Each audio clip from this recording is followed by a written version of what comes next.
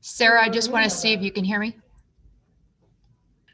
Yes, I can. All righty. That'll work.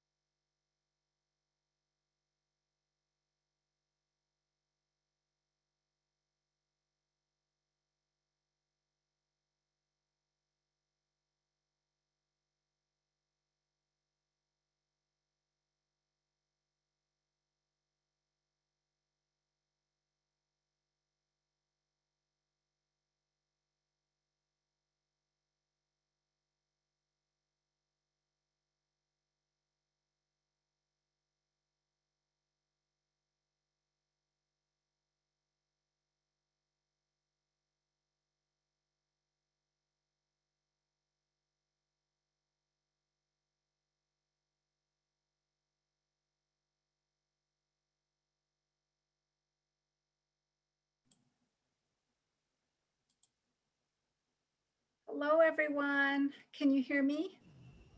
Hi, Deborah. I can hear you. Good. Okay. All right. So we have literally 1 minute, but I understand we may have good news from Charlene Robinson, our city Yes. clerk, about a little baby. The little piggy has been born and she will be coming home March 10th. March, that's the day after my birthday. Oh, what a great time. So March I know. 11th, going to be in the office. Are you serious? Yeah, I Well, want to see her. What is her name? What is her name? her name's Dreamy. Dreamy. That's so darling. Okay, it's 6 o'clock. We better begin. So, is everyone ready? Do we have all of our council members here, Madam Clerk? We are, yes, all the ones. Yes. We do. We have everyone. All right.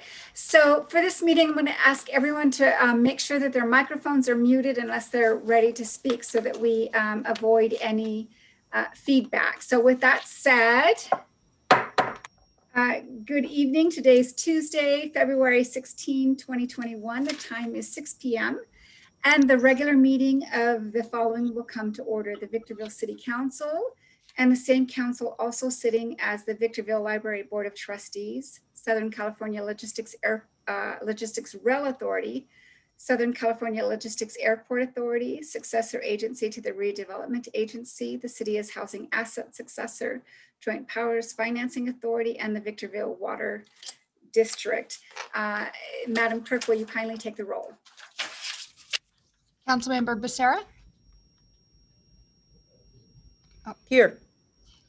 Councilmember Gomez? Present. Councilmember Ramirez? Mayor Pro Tem Irving? Present. Mayor Jones? Here. All right, so we do have a quorum. And so now we're going to have our invocation followed by our Pledge of Allegiance. The invocation will be led by Pastor Dane Davis and then followed by the pledge with Captain John Wickham. Is Pastor Davis with us? Yes, thank you, Mayor Jones. It's an honor to be with you again this evening, and look forward to seeing you in person, hopefully sometime in the next few months, but we are very for technology, aren't we? Yes. I've been reading in the Proverbs, and this one kind of stands out tonight. I'll share it with you. It's a very quick one, Proverbs 15, verse 1. A gentle answer turns away wrath, but a harsh word stirs up anger. Let's go ahead and pray. Please bow your heads with me. Heavenly Father, we thank you so much that anything you ask us to do, you demonstrate flawlessly. And so, Lord, we thank you for demonstrating gentleness in your dealings with us. You treat us much more gently than we deserve to be treated. Thank you, Lord Jesus, for demonstrating kindness, for demonstrating the holding of your tongue, and at the same time, speaking up when necessary. And so, Lord, we just pray that you would guide our tongues tonight in these proceedings. Lord, that we would be quick to listen, slow to speak, and slow to become angry. Help us, Lord, to be peacemakers, but at the same time, oh God, be willing to take a stand for truth and for what is right and good in our community. Lord, I thank you for Mayor Jones and each of the council members, each of the staff members for the city of Victorville present in this meeting tonight, and each of the citizens, Lord, who are coming to speak. Be with each of them, and we pray that these proceedings would bring honor and glory to you, and that they would help advance the goodness and the righteousness in our community. Because, Lord, we want our community not just to be a healthy and prosperous place to live, we want our community to be good as well. Help us to be good in all that we do. And it's in Christ's name that I pray. Amen. Amen. Thank you, Captain Wickham. Please stand and join me in the Pledge of Allegiance. I pledge allegiance To the to the flag of the United of the United States of America and to the and to the republic for which it stands, for which it stands, one nation, under God, indivisible, indivisible, with liberty with liberty and justice for all. for all.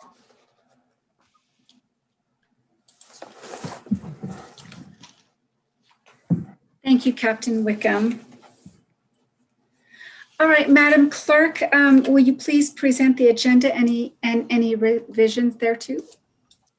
Tonight's City Council meeting is being held virtually on Zoom due to safety concerns related to COVID-19 and to reduce exposure for our community members, city employees, and council members. Our virtual meetings are conducted in accordance with the Brown Act and special provisions enacted during the coronavirus pandemic, and will be held this way until further notice. We invite members of the public to participate in our meetings via Zoom. However, for those who do not wish to comment on issues, our meeting may be viewed on YouTube. For future council meetings, public comments may be submitted via email to the city clerk. Submissions must be received no later than 4 p.m. and then will be distributed to the council prior to the meeting. Thank you, Madam Mayor. That's all I have. Thank you, Madam Clerk. All right, council members, does anyone wish to make declarations of legal conflicts of interest? Okay, hearing none, we're going to move on. All right, well, everyone, welcome to tonight's meeting of the Victorville City Council. Your council is interested in your ideas and opinions, and furthermore endeavors to incorporate them into its deliberations. At the same time, the council must be able to carry out its business in an organized and efficient manner, free from material disruption. Therefore, this meeting will be administered in accordance with the council's established policies and procedures and Government Code Section 54957.9. Open meeting laws do not confer any privilege or protection for expression beyond that otherwise provided by law, nor do they permit council members to engage in dialogue during the public comment period. All testimony is to be directed solely to the council. Individual speakers are allowed to address the council once per agenda item for up to 3 minutes. When comments are invited, click the raise your hand feature located on the Zoom screen. Individuals will be unmuted, called on by name, then recognized by the presiding officer. Speakers are requested to comment as briefly as the subject permits. Individuals may speak to issues not posted on the agenda during the public comment section on the agenda, providing the issues are within the subject matter jurisdiction of the city. The presiding officer may decrease the time allowed for public presentation depending on the number of persons wishing to be heard. The presiding officer may also take a poll of speakers for or against a particular issue and may ask that additional persons speak only if they have something new to add. Audience members may not disrupt, disturb, or otherwise impede the orderly conduct of this meeting, and those who do so are subject to removal from the meeting pursuant to Penal Code 403. Your understanding and cooperation are appreciated. With that said, we're going to go ahead and move on to our first business in order, which is public hearings, and we'll begin with item number 1. Mr. Metzler. Thank you, Madam Mayor and members of the council. Item number 1 is dealing with an award of contract relating specifically to a sewer line upgrade or sewer line replacement and upgrade from a 10-inch pipe diameter pipe to a 15-inch. This is a pipe that has been identified as deficient to carry planned growth in the line. It's about almost 3,000 feet of lineal footage. This item was prepared by your city engineer, Brian Gengler. He's available for any technical questions or comments you might have. Yes, thank you. And the title on this item, of course, is Sewer Capacity Improvement Project C1 Award of the Construction Contract. And so with that said, will the clerk kindly read the recommendation? That the City Council approve the notice of exemption and award a construction contract to Christensen Brothers General Engineering in the amount of $1,216,331.70 for the Sewer Capacity Improvement Project C1. Thank you. All right, with that said, the chair will open this up to technical questions for clarification by council members. And we'll begin with Member Becerra. No questions, Madam Mayor. Thank you. Thank you. Member Gomez. Yes, this is a question for staff. What is the average life of sewer line replacement for this project? Madam Mayor, that's going to be something that I would defer to Mr. Gangler. Thank you, Mayor and members of City Council. Typically, the life for a sewer project is a minimum of 50 years. But having said that, this is a plastic type of pipe that'll go in there. And actually, that type of pipe, it could last well beyond that. But typically, for planning purposes, you plan it for about 50 years. Thank you. And has the city delayed in any moment the project by perhaps cleaning before proceeding to do the sewer line replacement? No, really, this project was identified separate from any, there really weren't any maintenance issues. So virtually all the lines in the city were cleaned out a couple years back. So the project was planned anyway, and it was part of the master plan and also the sewer rate study. You said it was part of what plans? It was part of the sewer master plan, and it was also recommended in the sewer rate study. And then where does the city's responsibility begin and end with respect to wastewater utilities? Okay, Councilmember Gomez, I'm going to ask you to really stay on track with this. This is about the award of a contract. And so a lot of that information is probably found in the backup data. So I would redirect you, please, to the agenda item. I am, and it's not found in the agenda item unless you want to yourself tell me where it's at. Councilmember Gomez, it's not appropriate to challenge the chair in that way unless you wish to appeal the decision of the chair. But this item has to do with an award of a contract. If you would kindly tailor your comments to that agenda item, please. Right, and they are being tailored in order to make a So decision. Councilmember Gomez, if you continue, then we will move on. And I am continuing. You will continue according to the chair's directives, or we will move on.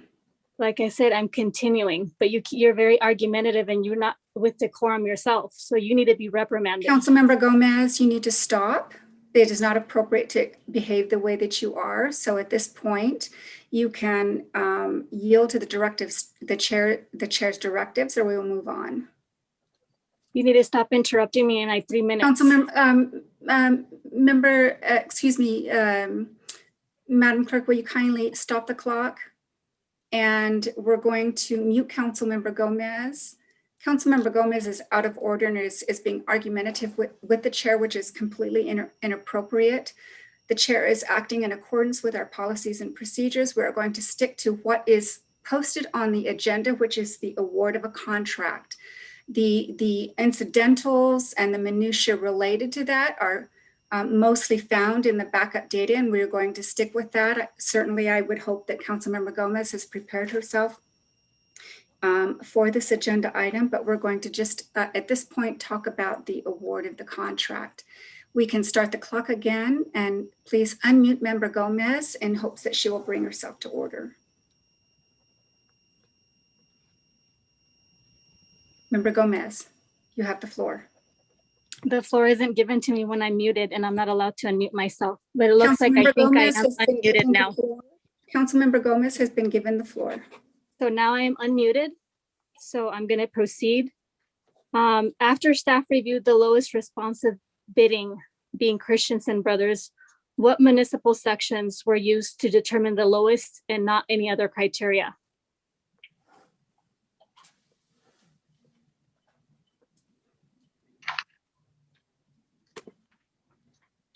I'm going to ask that the city engineer address that. We are required to consider lowest responsible bid, and I believe that's what we've done here. Perhaps Mr. Gangler can add to that.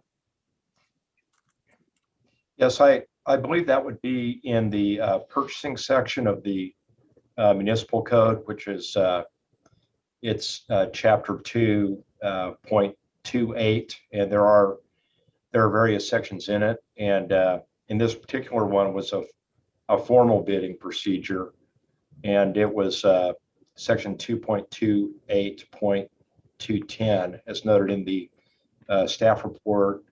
And so we complied with our own municipal code, as well as provisions in the California Public Contract Code. I do not have those specific sections, but what the evaluation we did is very, very typical. It's very routine in how we evaluate our bids.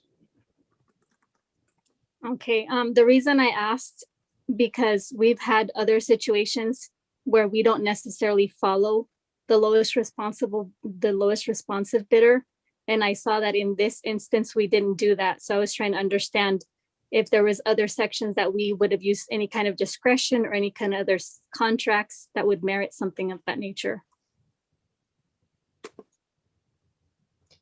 I can speak in general terms that this is it's a public works contract. It's not a professional or consulting services contract, and there are different rules that apply to a public works construction contract.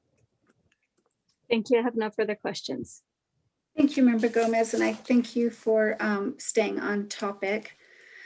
All right. Mayor Pro Tem Irving, any questions for clarification? No, thank you. No questions. Thank you. Thank you. And I have none. With that said, we're going to open the public hearing.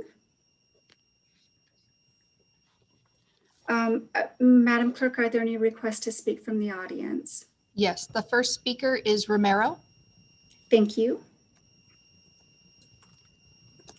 Yes, I see the proposal for the construction company, the Christensen Brothers, that won the award. I'd like to know and be followed up if there's cost overruns that are proposed to the city after the work continues, or if the price stays as it is, or if there's a certain percentage of how much cost overruns can be submitted to the city and be approved above the $1.216 million of the original proposal. Because that's basically, they've always show us what they propose to spend, but is that the actual price? Is there some kind of leeway for them to ask for more money from the city? And I thank Ms. Gomez for asking those questions on behalf of us, the city of Victorville. Thank you. Thank you, Mr. Ramirez. Any further requests? Yeah, the next Your name speaker right. is, Rodriguez, any further questions or requests? the next speaker is Valentin Godina. Thank you. Mr. Godina? Yes, can you hear me? Yes. All right. First of all, I'd like to thank the city council and the engineers for finding a company up here in the high desert that can do some of these projects. Hopefully we get a little closer and find somebody in our own town, but town over is close enough and is as best as it seems that we can do. My question is, what amount of residents is this $1 million project going to benefit? It's a project that seems to be headed to the Ridgecrest area, and seems like it will be, according to the maps, is just a step away from adding to the Ridgecrest area.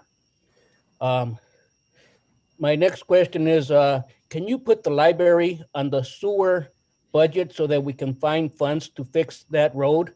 And why can't we put signs on that sewer line, The Directing sewer the replacement sewer. line. directing the sewer to where it should go, like we did to the library, directing the people away from the library and barricading it? Why do we treat the people of Old Town worse than sewer, but yet we find millions of dollars for these other projects?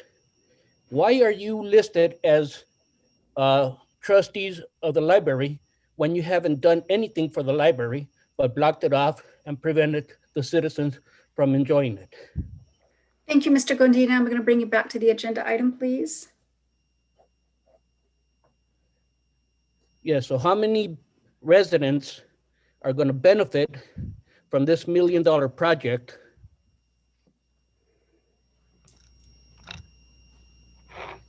And why can't we find that same amount of money to repair our only library?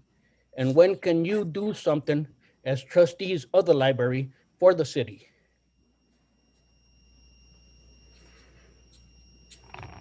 Thank you, Mr. Godina. Madam Clerk, any further requests?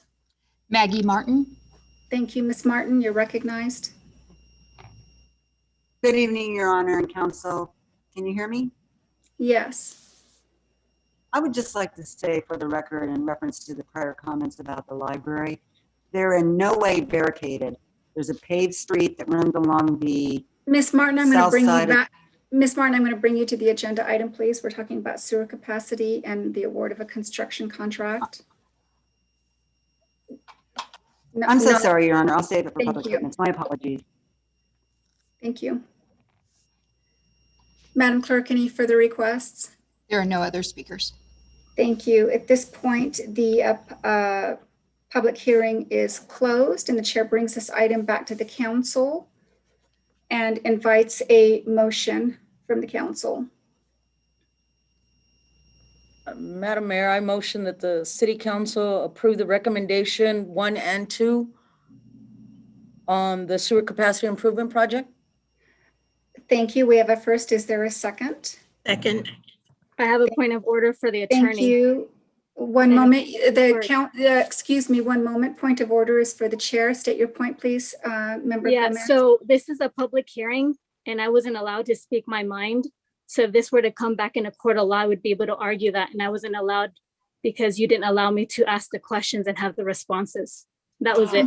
Councilmember Gomez's point is not well taken, as she did not cite a breach in policy or procedure. Every council member was given an opportunity to ask questions for clarification. This point, we're about to take a vote on the recommendation to adopt, on the motion to adopt the staff's recommendation. We have a first by Member Becerra, a second by Member Irving. And now we're going to move into discussion. Since Member Becerra made the motion, does she wish to begin the discussion? No, thank you, Madam Mayor. All questions were answered. Thank you. Thank you. Member Clarification. Member Gomez, do you wish Yeah, to? I have a point of Member clarification. Gomez, you have Point not of been. clarification. There's no point of clarification, as this Yes. member is very well aware of at this point. Member Gomez is recognized to to make comments as related to the motion pending. Yeah, so I'm confused. So that's why I asked for a point of Always confused. clarification. We don't have points of clarification, but certainly if the member would like to be recognized to resolve a confusion, she may.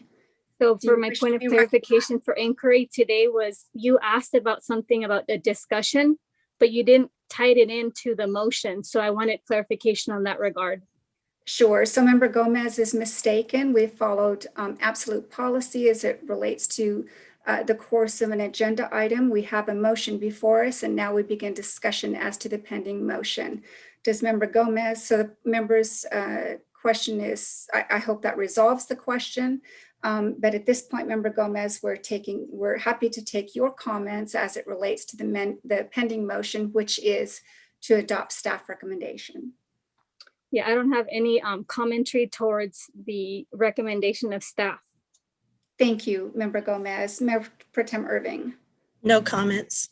Thank you, and the chair has none. Discussion period is now closed. Madam Clerk, will you kindly take the vote? Councilmember Becerra, Aye. Councilmember Gomez, Aye. Mayor Pro Tem Irving, Aye. Mayor Jones. Aye. That motion passes. Thank you. So the council has just taken action in accordance with the recommendations set out on the agenda, specifically points 1 and 2. Moving on to public hearing item number 2, an ordinance of the City Council of the City of Victorville approving Victorville Municipal Code Amendment Case Number Plan 20-00029, an amendment to Title 16 of the Victorville Municipal Code with an environmental exemption to modify various requirements and definitions pertaining to landscaping standards and the location and design of refuse receptacles for new commercial, industrial, and multifamily developments citywide. Mr. Metzler. Thank you, Madam Mayor and members of the council. I think the only thing to add is that this item has been discussed and deliberated by your planning commission, and that occurred on January 13th, 2021. It is proposing, as you state, a amendment to our municipal code, particularly Title 16, which is where our development standards are located. Reason the item is coming to this council in the fashion of it being a public hearing is because it is dealing with code, and the city council is the authority as to adoption or amendment of its municipal code. So with that, Scott Webb is your city planner. He's available for any technical questions or comments you might have. Thank you, Mr. Metzler. Madam Clerk, will you please read the recommendation? An ordinance of the City Council of the City of Victorville approving Victorville Municipal Code Amendment Case Number PLAN 20-00029, an amendment to Title 16 of the Victorville Municipal Code with an environmental exemption to modify various requirements and definitions pertaining to landscaping standards and the location and design of refuse receptacles for new commercial, industrial, and multifamily development citywide. Thank you. All right, now we're going to move to technical questions for clarification as to the staff report. And we'll begin with Member Becerra. I just have a question for Mr. Webb. Mr. Webb, the size and color and rock of everything that's going to be used for landscaping, that's in more detailed paperwork that is given out to the builders and everything, is that correct? Yes, good evening, Madam Mayor and council members. Yes, we do have some brochures to help developers, particularly landscapers, to guide them through that process of meeting our requirements for landscaping. Okay, it goes into more detail, those paperworks on size and color and everything like that. This just gives the ground rules, correct? Actually, the municipal code is the most detailed. We try to consolidate it in handouts, so it's not structured as a city code, so it's easier for people to follow. But what we've tried to do with this code amendment is to provide some more flexibility. The rock sizes you mentioned, the code proposal before you today would allow different rock types, getting rid of the stringent 3/4 inch rock requirement. So it would allow a variety of rock sizes, including pea gravel and decomposed granite. So it actually helps our citizens and our contractors for, like you're saying, different size rock. Smaller rock is a cheaper rock. It allows the variety. They'd still have to meet our standards, which wouldn't allow them to blanket the entire area with just a pea gravel or a decomposed granite. They'd have to provide a variety. But the current code was very strict, or is very strict, in that it only allows 3/4 inch rock. And if passed, all this is available to our citizens online, correct? Yes, our municipal code's available online, and we do have landscape handouts that we'll need to update if this code passes. Okay, thank you, sir. No further questions. Thank you, Member Becerra. All right, Member Gomez, do you have any technical questions for clarification? Yes, I'm feeling discriminated upon inquiring as a council member, so I'm going to speak during public comment. Councilmember Gomez, that was an inappropriate comment. It is not acceptable by our policy and procedure to question or attack the motives or characters of any council members. So certainly you can choose to speak as an audience member during the public comment portion. All right, so Mayor Pro Tem Irving, do you have any questions, technical questions for clarification? Yes, I do. I just want to make sure that by amending, by approving this amendment, we're not compromising. I think I heard you say, but I need you to reiterate it. We're not compromising our standard for uniformity in terms of landscaping. Is that correct? No, we're allowing a variety of materials. To be Our inclusive. opinion, yeah, to give that landscape a little bit more variety and to make it more appealing. Very Currently, good. Okay, thank you. Thank you, Mayor Pro Tem. And Chair just has one question as it relates to the receptacles. So in the ordinance going forward, does it just relate to all of the businesses in terms of these receptacles going forward, or can there be any adjustments to those receptacles for current businesses? yes, so this code addresses both new and existing developments. It provides a pathway for existing developments that do not have the proper receptacles. If they do become a nuisance, it does allow for the city to enforce its standards to require either locking dumpsters or eventually a full enclosure, trash enclosure. Also, if there's high pedestrian areas where there's trash, repeated offenses of trash not being cleaned up immediately within parking areas, this code would allow us to address those non-conforming sites by requiring trash receptacles within those pedestrian areas. Thank you, Mr. Webb. All right, with that said, we're going to go ahead and open the public hearing, and we'll go ahead and begin with public testimony. Madam Clerk, are there any requests to speak? Yep, Ms. Gomez. So Member Gomez is going to be speaking as a resident of our community, not in her official capacity as a council member, nor with the authority of a council member. So my name is Blanca Gomez, and I wish not to be interrupted by the chair as I was. Ms. Gomez has not been, Ms. Gomez, you have not been recognized. One moment, please. So Member Gomez is speaking in a capacity as a resident, not with the authority of a council member. Ms. Gomez, please proceed. So, yeah, I'm council member Blanca Gomez, but I chose to Member speak. Ms. Gomez You're is not interrupting speaking as me. a council member. I am Madam Clerk, please stop explaining the same thing you were. and mute the council member so that the chair may explain why the council member is out of order since she refuses to suspend and be silent. Member Gomez is, Public Member Gomez is out of order because she is calling herself a council member when she is speaking during the public comment period as a member of the public. So certainly she is free to speak as a member of the public, not under the authority of her position, and she is free to do so. We're going to give her an opportunity to bring herself to order. If she does not, recognition will be withdrawn. Ms. Gomez, you may proceed, providing that you yield to the directives of the chair. Madam Clerk, will you kindly begin the clock again? Yes, so I have a couple of questions since I was being discriminated by the chair. So what I want to do is now as a public person, ask a couple of questions to the city and enter them on the record because this is so important. So my first question is,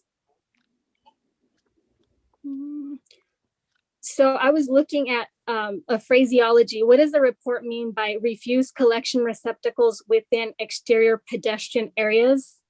And then it goes on, it says, and provisions for code enforcement to address collection areas of service. That was not clear. It was part of the reporting, but that is definitely not detailed as to the interpretation or the meaning of what these clauses embedded in the reporting do mean. So there is a requirement of an explanation for a community such as myself and the people I represent to have a clear understanding on what the city projected when it entered these clauses in the reporting system. My next question is, so I was looking at section 16-1-03-010. So my first question came up to mind and it's like, how is this even being altered? I did read before it that it was a summary. And when you go on through the reporting, there's no parallel to show our audience what was being altered as it was summarized, even though you can surmise or infer if you do a close reading of the reporting that perhaps there was something happening on later pages, but that's all up for interpretation. So there's clarity needed in those sections. Also, what prompted the changes on Article 24, Section 16-3-24-030? Were there any inherent issues that came to the attention of the department? And it'd be easier to understand if there was a before and an after modification for these items. The summaries, as I said, did not explain what was in before and what was afterwards. So I had to be able to inquire about this publicly. I wasn't sure what pages reference 4 to the summary or 2 of the report. So in order for people reading this type of technical jargon, we need to have facility as to what was in the writer's perspective so we can follow it and not ask so many questions. If this were a little clearer, I think these questions would have not merited to be during public comment because they're not going to be responded anymore. Thank you. Thank you, Ms. Gomez. And certainly, Ms. Gomez, as council member, has forfeited her right to have these questions answered because it was done so as a member of the public during the public comment period rather than as a council member. Had she done so, she would have had the benefit of having those questions answered for the public. All right, Madam Clerk, are there any further requests to speak? Yes, Romero. Thank you, Mr. Rodriguez. Yes, I just want to clarify what Deborah Jones just said right now. So any questions that we ask as a public will not be answered by you. Is that the gist of it then? So we are just here just to verify that you guys hosted a meeting for us to make questions and so you could pass it without taking us in consideration. That's my takeaway from what you just said right now, Deborah Jones. So the chair will certainly defer to the city attorney on this, but the members are not permitted to engage in dialogue during the public comment period. And so certainly everything that community members say is taken into considerations for our deliberations. Madam Clerk, will you kindly cut off Councilmember Gomez's video unless she wishes to stop the finger pointing? If she refuses to do that, we will cut off her video. It's disruptive to the rest of the council and it's disruptive. Thank you. So, Mr. DeMortnowski, this one time, because it is an important question, but unless there's minor points of clarification, typically council members don't respond to questions during the public comment period. That is correct. Typically, the public comment period is for you to receive all the testimony from the public and take that into consideration in connection with your deliberations on the matter.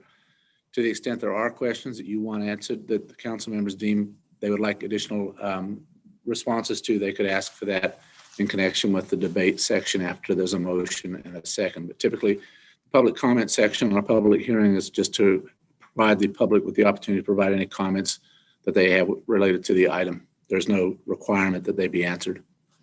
Thank you, Mr. DeMortnowski. Okay, and so Mr. Rodriguez, did you have any further comment? I believe you have additional time.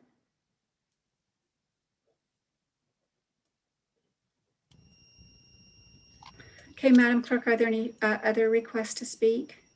There are no other. Okay, and you, so please restore Councilmember Gomez's video, please. Her video has maintained on. She's just off camera right now. She's chosen to be off. Thank you very much. All right.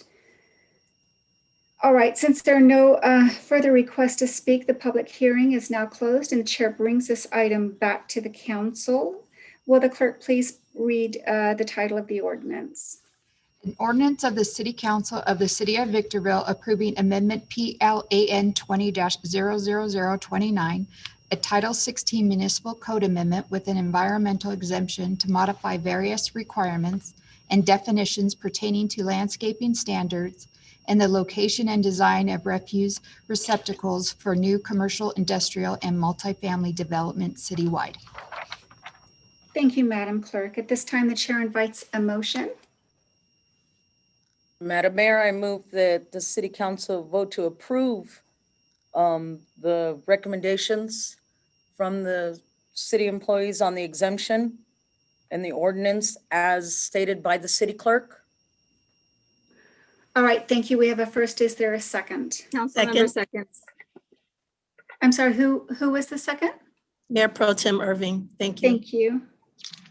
All right, we have a first by Member Becerra, a second by Mayor Pro Tem Irving. We're going to now get into discussion on the pending motion. We'll begin with Member Becerra.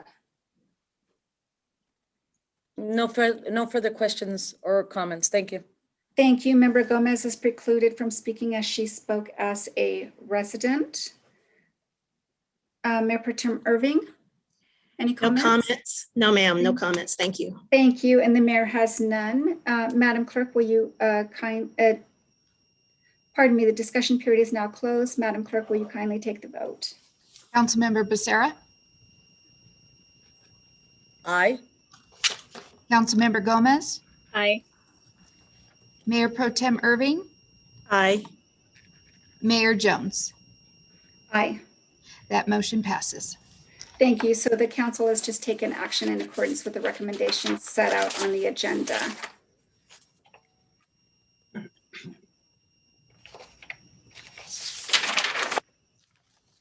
All right, now we're going to move to our next business in order, which is the consent calendar items 3 through 8.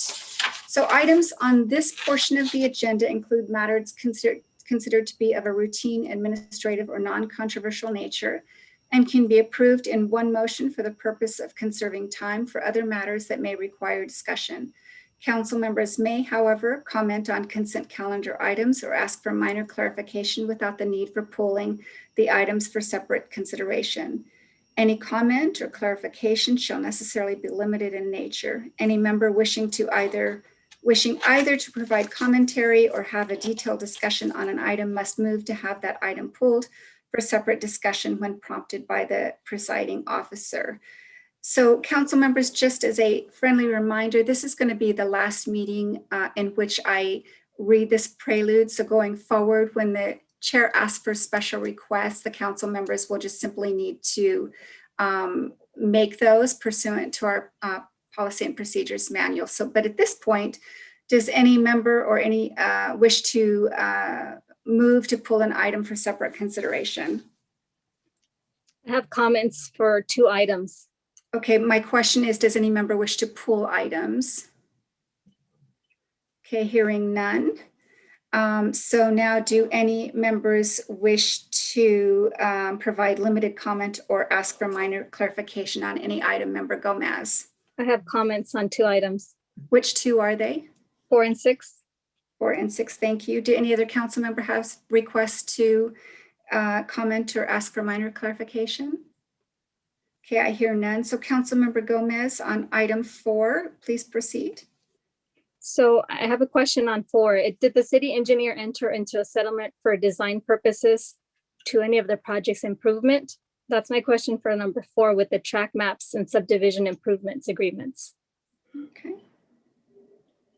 And number 6. Hold on, let's answer that one first, Mr. Metzler. I'm not aware that there's a settlement agreement associated with this item. Thank you, Member Gomez. Number 6. Yeah, it wasn't a settlement agreement. I just asked if there was, the city engineer had done something to do improvement as a designer. But number 6, I just want to highlight the $11 million that's on Schedule 3. That's it. All right, thank you. We're now going to open this up for public comment. Madam Clerk, are there any requests to speak? No speakers. Thank you, Madam Clerk. That said, the chair invites a motion for the council and the council acting in its various capacities to approve action on the consent calendar items 3 through 8 in accordance with the recommendations presented on the agenda. If you agree, please feel free to say so moved. So moved. Council member seconds. Okay, so I believe, was that first by Mayor Pro Tem Yes. and a second by Member Gomez? Yes. Thank you. So we have a first and a second. Madam Clerk, will you kindly take the vote?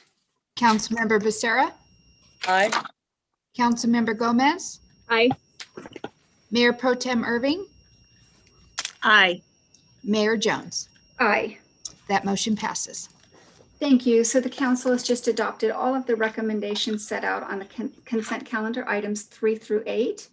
We're now going to move on to our next business in order, which is begins with item number 9.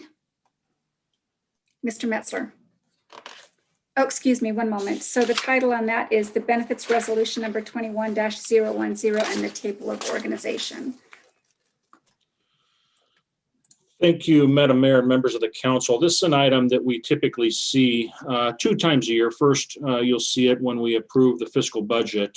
And it's a document that's approved by resolution to accompany the budget. But the benefits resolution and table of organization establishes the benefits offered to employees of the city. It sets salary schedules. It also sets your position control for number of positions throughout the city required to basically provide the public service. But we typically do that as a part of the fiscal budget. It's our vision for the upcoming fiscal budget that we'll do that probably in May or June of this year. But also we take the time right around the mid-year to evaluate the performance in the departments, recommend and make adjustments fiscally. But in this particular case, this is dealing with just the personnel side. Will likely be bringing back the fiscal mid-year budget changes at the next meeting. But so as to be able to try to stay on track and execute on some of these recruitments necessary, for example, to stand up the Fire Prevention Bureau, we decided that this item couldn't wait, and we chose to bring it back today. But effectively, this item is your mid-year budget review for personnel related matters. It's establishing the position control, increasing the total number of positions from 420 to 427. Most notable is standing up the Fire Prevention Bureau as opposed to contracting it out. This item does have a fiscal appropriation attached to it, which is outlined in the recommendation. That number will also be reflected when we bring the mid-year budget review back at the next council meeting. Thank you, Mr. Metzler. Madam Clerk, will you kindly read the recommendation?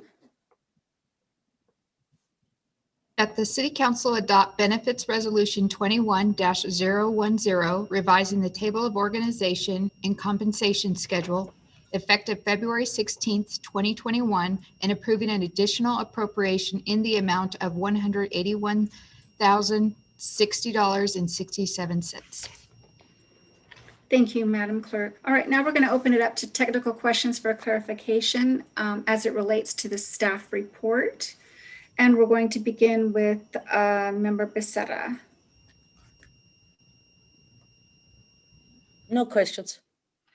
Thank you. Member Gomez, do you have any technical questions as it relates to the staff report? Please. So my first question is, I'm looking at the senior code enforcement.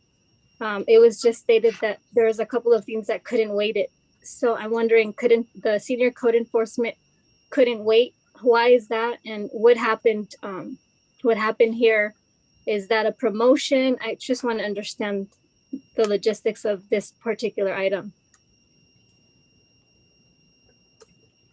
Thank you, Madam Mayor and members of the council. As this item that Councilmember Gomez is speaking to falls under the development department, particularly on the code enforcement side, I'm going to ask Deputy City Manager Janelle Davidson to speak to this particular position.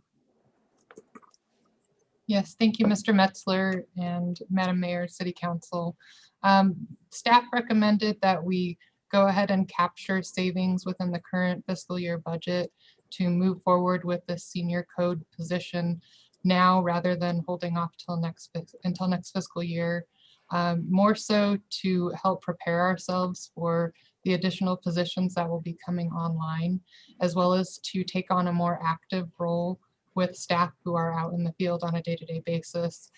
That demand is currently pretty great on our code enforcement official, Mr. Duran.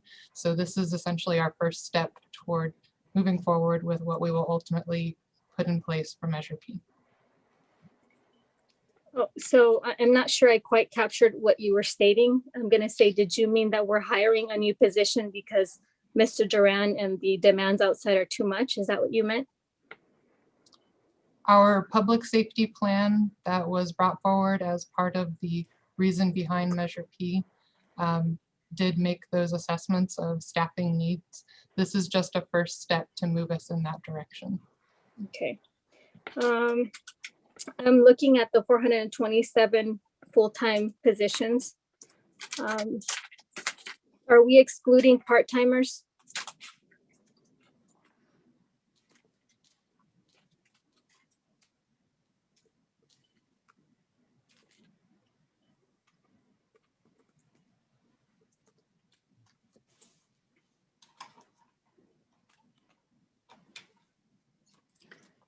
Mr. Metzler? Oh, I'm sorry, I was muted. Josie Gervino is our Human Resources Officer. She's the technical expert on this item. I'm trying to find part-timers, so I can't answer that myself, but Ms. Trevino probably could.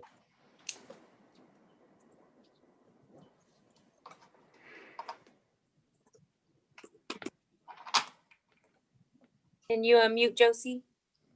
I think she's having issues. I can Oh, answer the okay, question. there we go. We have Sorry. Okay. The table of org that you see with the 427 positions does not include part-time. It's only full-time positions. Okay. If we're looking at the table of reorg, is there a reason why we're leaving out a portion of our employees? I'm just trying to understand. Is it going to come later? If you see the very last page of the report, we do have a salary schedule for part-time positions. What happens with part-time positions, it's a little bit difficult to track the part-timers because it's not necessarily a number of positions that the departments need. It's a number of hours when we budget for those hours. So say, for example, we need office aides. And we budget a total of 200 hours for the year.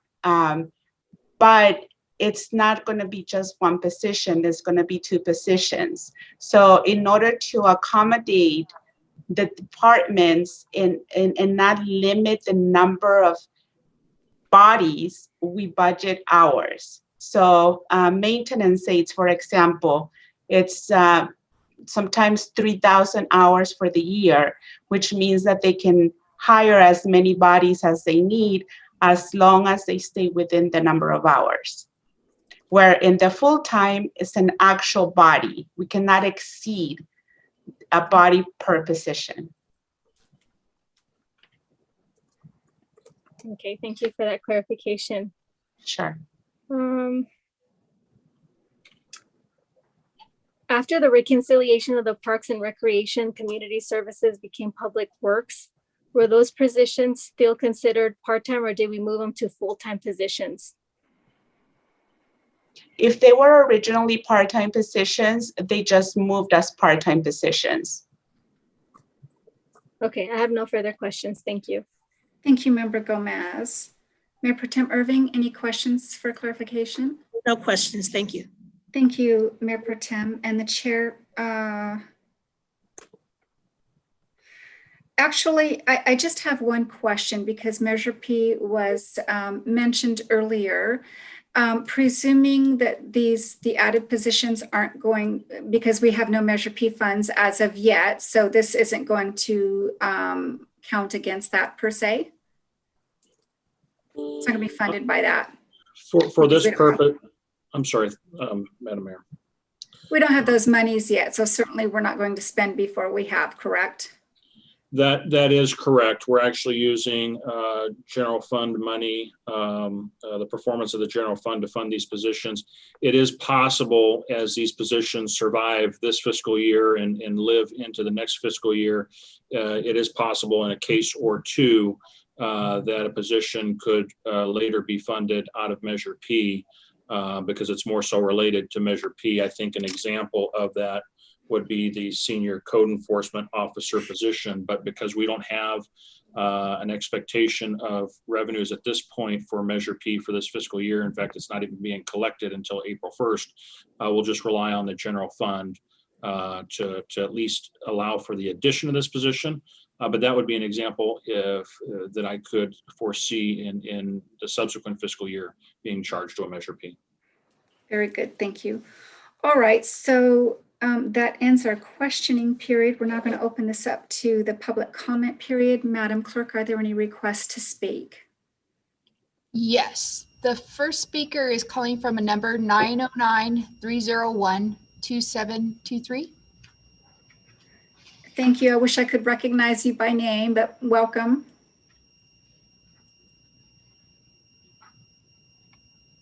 We're asking them to unmute at this time.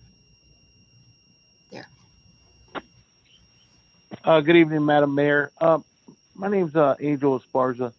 I'm a resident here of Hesperia and a member of the Southwest Regional Council of Carpenters. I tried to chime in on topic 4. That was the KB home development, and it didn't. Nobody picked up and accepted my. Opened up the mic, and I tried to raise my hand on my iPad, and I just kind of got cut off. And I'd like to. Well, Mr. Esparza, please accept my sincere apologies. And so, if you're free to stay until the end of the meeting, we have another public comment period where you can chime in on that if you would like to. We would certainly welcome that. Yes, definitely. I would like to touch on topic 4. That'd be the KB home development, correct? Yes.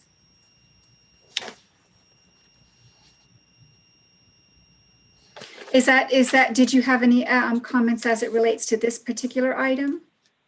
No, I just wanted to make sure. I wanted to make sure I reserved time for it because I was cut off. Yes, absolutely. So we'll make a note, Madam Clerk, could you, that we call on Mr. Esparza by name when we get to the general public comment period. So if he's still with us, we can invite him to speak. Thank you. Mr. Esparza, thank you for bringing it to our attention. All right, are there any other requests to speak on item 9? Yes, Romero Rodriguez. Thank you. Mr. Rodriguez, welcome.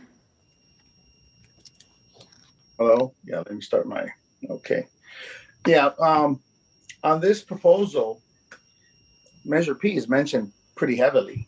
And right now, Mr. Metzler said that it has nothing to do with Measure P. It's going from the general fund. Even in one of the jobs, salaries for the city manager to hire somebody and spending the money coming in from Measure P. So we're hiring somebody. Now it's $181,060.67. I've been going through this and see what salary 40, salary 50, salary 60 is. I couldn't find it. So I just know that the senior code compliance officer is going to get $39,280. The accountant is going to get $10,000. And the deputy fire marshal is $8,000. I know these are jobs that pay well over $250,000, but these monies, these salaries is that just a bonus that they're going to get? And it's a projected expense that could go up from $39,000. The senior code compliance officer going to go down from $39,000 to $150,000. $319,000. That's what I've been looking at. All I was given was aquatic aid making $14, and engineering intern making $23.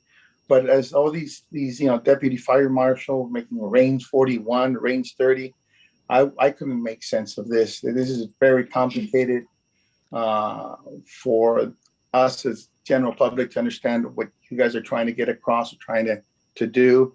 And I know supposedly there was a committee was going to be formed in order from us to decide.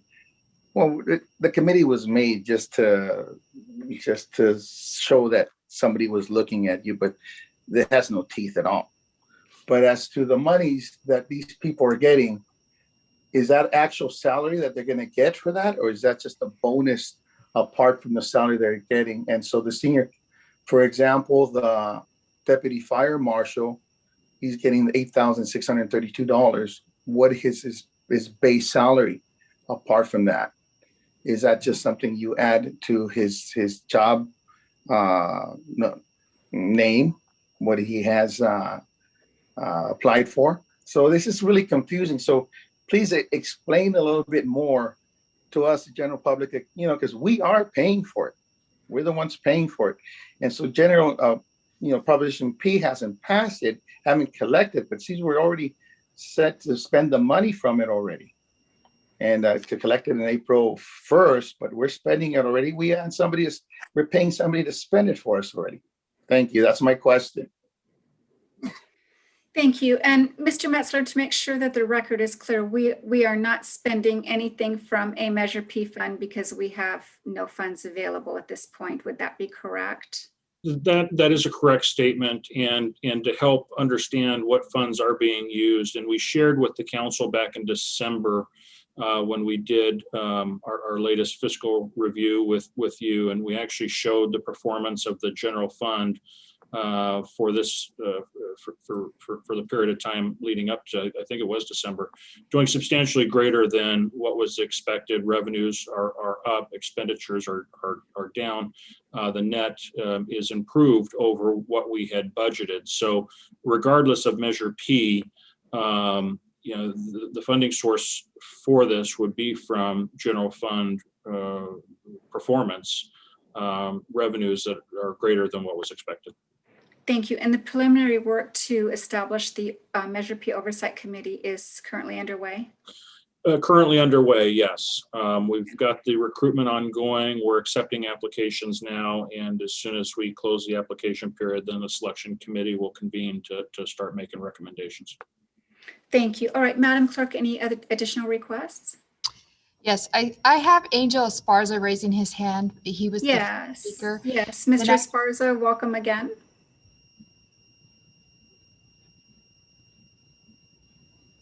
Yeah, one thing I got cut off again. One thing I'd like to add, Madam Mayor, if we could just hold on there's a small delay in the, there's a small delay. So if we can kind of let the members of the public respond and then give it a little time, because it's cutting off really fast on my end. I just want to okay, so I want to make sure, certainly, and I do not wish to do that. So I want to make sure that I understand you clearly. So when I ask the clerk if they're request to speak, so you're looking for a little bit more lag time to be able to connect in? Absolutely, especially for our members of the public that are not really tech savvy, looking for their stuff. So please, thank you. Yes, we can do that, Mr. Esparza. Thank you. I appreciate it. All right. Any other requests, Madam Clerk? Yes, Valentin Godina. Thank you, Mr. Godina. Yes, can I start now? Yes. Okay, so we are now bringing up Measure P. When I brought up the library last month, I was told that we couldn't talk about the library because we didn't have Measure P implemented. But now we're forecasting on how we're going to spend Measure P money, and it is not implemented yet. How does that make sense? How can we make sense of that when one day you say, no, we can't talk about Measure P, but now we are talking about Measure P. Now, we also talked about general funds. The library has been donating general fund money for over 10 years and has received absolutely nothing in return. When will we? Bringing you talk back about to the the library? agenda item, which is the table of reorganization and with an incidental piece, of course, on Measure P as it relates to the table of organization. As it relates to the course of organization, Measure P was promised to the people that it would provide funds for the library. We're not talking about the library, we're talking about spending Measure P funds on other stuff. We're talking about the general fund, spending it on other stuff instead of allocating money to the library when the library has allocated enough money in the general fund to have some sort of benefit for the community. When will you speak on behalf of the community and act as city council members on behalf of the community? And as part of the Brown Act, just listening to us talk is not the full Brown Act. You also have to answer to us. That's why we elected you, to answer to us, not just to hear us. If you cannot do that, you're not doing your job. Thank you, Mr. Godina. Mr. DeBornowski, is that statement as it relates to the Brown Act correct? Oh, that is not correct. The Brown Act governs the governance of the meetings and has procedures for public hearings and opportunities for the public to comment, but there is no requirement to have a dialogue between council members and members of the public on every agenda item. Otherwise, we'd be here forever. Thank you, Mr. DeBornowski. All right, Madam Clerk, any other requests to speak? No other speakers. Thank you, Madam Clerk. With that said, the public comment period is now closed. The chair brings this item back to the council and invites a motion. I'm going to Madam make a Mayor. motion to table the item until we include our part-timers. So Member Gomez has made a first to table until we include part-timers. Is there a second on that? Hearing no second, the motion dies. Is there a motion? Madam Mayor, I motion that we follow the recommendation revising the benefit resolution 21-010 as presented by the city administration. Thank you. We have a first by Member Becerra. Is there a second? Second. Second by Mayor Pro Tem Irving. Now we're going to get into discussion. If there's any to be had on the pending motion, we'll begin with Member Becerra, since she made the motion. I just have a question for Mr. Metzler. Mr. Metzler, the table of organization and the table of compensation, are both of those public records? They available to the public? Yes. Are they online, or they can email us and ask for them, and they're relatively self-explanatory with the word range going from 17 all the way to 76? I believe they are in fact online. I believe they're under the human resources section of the website. I thought so, sir. I just didn't know if there was a different one from the outside. I'm gonna have to get from the outside though, just to make sure, but I just wanted to double check. They are available. Yeah, they are. And the table of org, it's in a table format. I mean, once you look at it, it's pretty self-explanatory. Thank you very much, sir. That's it. No further questions. Thank you. Member Gomez? Yeah, in relation to the pending motion. Yes. I would like to see a resolution to bring about all employees, despite their status or part-timing in hours. Okay. Madam Mayor, can I get some clarification on what she's trying to bring about for the temporary employees? Thank you. I was just about to rule, because that's different than the pending motion that's before us. So there's nothing to bring about, Member Gomez. I've already stated my point. I have nothing else to say. Thank you. All right, moving on to Mayor Pro Tem Irving. I don't have. Thank you. And the chair has none. With that said, the discussion period is now closed. Madam Clerk, will you kindly take the vote? Councilmember Becerra? Aye. Councilmember Gomez? Nay. Mayor Pro Tem Irving? Aye. Mayor Jones? Aye. Motion passes with Councilmember Gomez voting no. Thank you. So the council has just taken action in accordance with the recommendations set out on the agenda. Moving on to item number 10, the consultant professional services provider agreements with Harrison Associates Incorporated. Mr. Metzler. Thank you, Madam Mayor and members of the council. Yes, this item is to enter into a professional services agreement with Harris Associates for a specific scope of work. I think the exciting part of this is that one of the scopes of work being sought is the formation of a CRIA, which is an acronym CRIA for the Community Revitalization Investment Authority. And that was created under statute really as a replacement to what we used to know as redevelopment or redevelopment agencies. So in this particular item, it's envisioned that the formation of a CRIA could be used to serve as a tool, a financing tool to help revitalize activities in our Old Town part of Victorville. In addition to those types of services, they would also help with fiscal advisory, fiscal consulting services, more so related to successor agency responsibilities in submitting things like the ROPS schedules to the county in connection with the redevelopment dissolution process.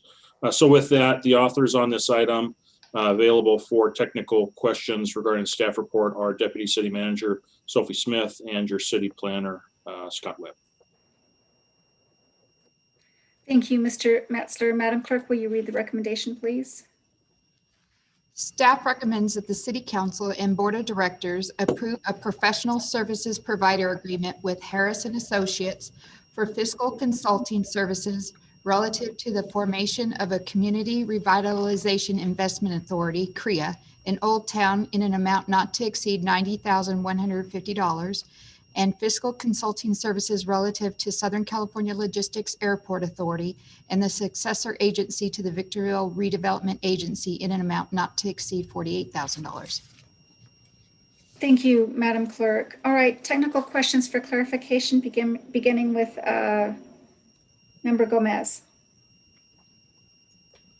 Yes, I did not receive my agenda in a timely fashion. I received it today, so I'm going to abstain from this item. Hopefully I get my agendas from now on in a very timely fashion. Thank you. Thank you. Well, that's concerning to me. Mr. Metzler, what happened? You know, I couldn't tell you what happened on her end as to why she didn't receive it. We have UPS delivery receipt where the agenda was attempted first to be delivered to her PO box on Friday evening. Apparently there were forwarding instructions because that PO box couldn't be accessed or maybe it was full. So UPS delivery then went to her home on Hughes Drive. And so we do have confirmation that it was delivered on Friday at the location she has provided available to us. So why she couldn't get it from her front yard from Friday, I can't explain that. Okay, This thank is you. news All to right, me. I've never Member heard of this. Becerra. Member Gomez is not recognized. Member Becerra. Of course, because it's not beneficial. Oh, shut up. Member Becerra, that was inappropriate. This question is for Mr. Metzler. Mr. Metzler, how often would we be getting a report from Harrison Associate in regards to the downtown? I normally wouldn't expect reporting unless there was a need for like a community workshop. You know, I can only compare it to what the redevelopment formation process was like before. And what I expect them to be doing here is helping work on the formation, probably starting conversations with the county to see if they'll be an active participant in the tax sharing structure that is required to make the redevelopment work. And I would suspect typically if there were needs for public workshops and eventually public hearings, those would be the times where we would normally bring something back. But if the council has a desire of something greater than that, we can certainly ask them to give us more regular updates. No, sir, just being made aware of the public workshops when we do have them, so we may attend. That's it. That's my only question. Thank you. Thank you, Member Becerra. Member Irving. Yes, I do have a question. This would be from perhaps Mr. Metzler or staff. Is there a reason why you brought forth this particular professional service provider for this particular scope of work? Yes, I can tell you as much, though I'll probably defer the better detail to Ms. Smith or Mr. Webb. But the selection of Harrison Associates has in fact resulted from a public solicitation process request for either qualifications or proposals, and they can help me with that. Harris is fairly new to us. That was a solicitation process that we did last year. We have seen their name recently, probably more than usual in connection with this. We also saw them connected to the general plan update, the workshop that we did, I think 2 weeks ago. That was also a separate solicitation where they actually were selected through a competitive process. So in both of these cases, it's been a competitive process. And it's because you feel that they can. Well, Did you answer? I can tell you specifically in this particular case, knowing the principals of Harrison Associates, the principals of Harrison Associates have extensive experience as practitioners in the redevelopment field. With that experience, comparing it to that of others, we believe they were the best one to serve as in the advisory role for us in the formation of this CREA. Those same principals also have been directly involved in all of the tax calculations for the former redevelopment agencies. So it really gives them the best opportunity to be the best firm to provide us with the service. Okay, thank you very much. Thank you. And the chair has no questions. I'm going to open it up to the public comment period. Madam Clerk, any requests? Yes, Ramiro Rodriguez. Thank you, Mr. Rodriguez. 1 second. Can you hear me? Yes, welcome. Okay, thank you. Who decided to hire this team? I'm looking at team Harris and Associates, and there's no minorities, just one Indian person. They're all white. There's no Hispanics. There's no Black people. And how can somebody in Irvine really understand the needs of a very diverse community such as Victorville or the High Desert? I think we would have been better off getting somebody that has handled something more the discretion than going to Orange County and finding something over there, maybe in Los Angeles or somewhere closer, somewhere more diverse. Who is the one that decided to use these people? And I see they have credentials for something like this, but I think we need something more unique, something more creative for ourselves, and to see the actual dilemma that we're in and trying to create something in the downtown area. And what I noticed is we're just sinking money in there for consulting people, for all these people.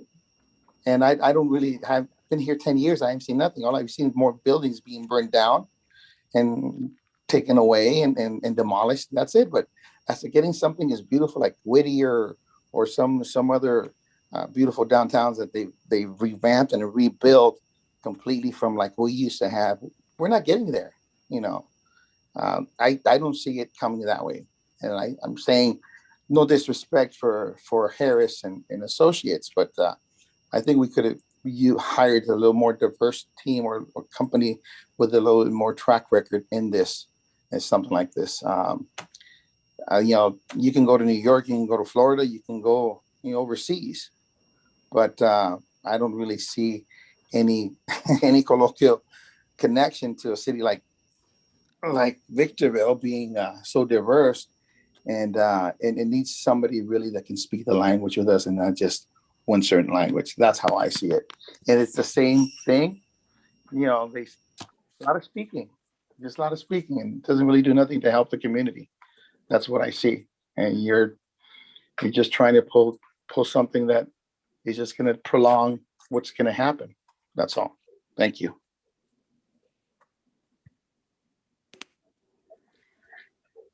There are no other speakers. Thank you, Madam Clerk. All right, the public comment period is now closed. The chair brings this item back to the council and invites a motion.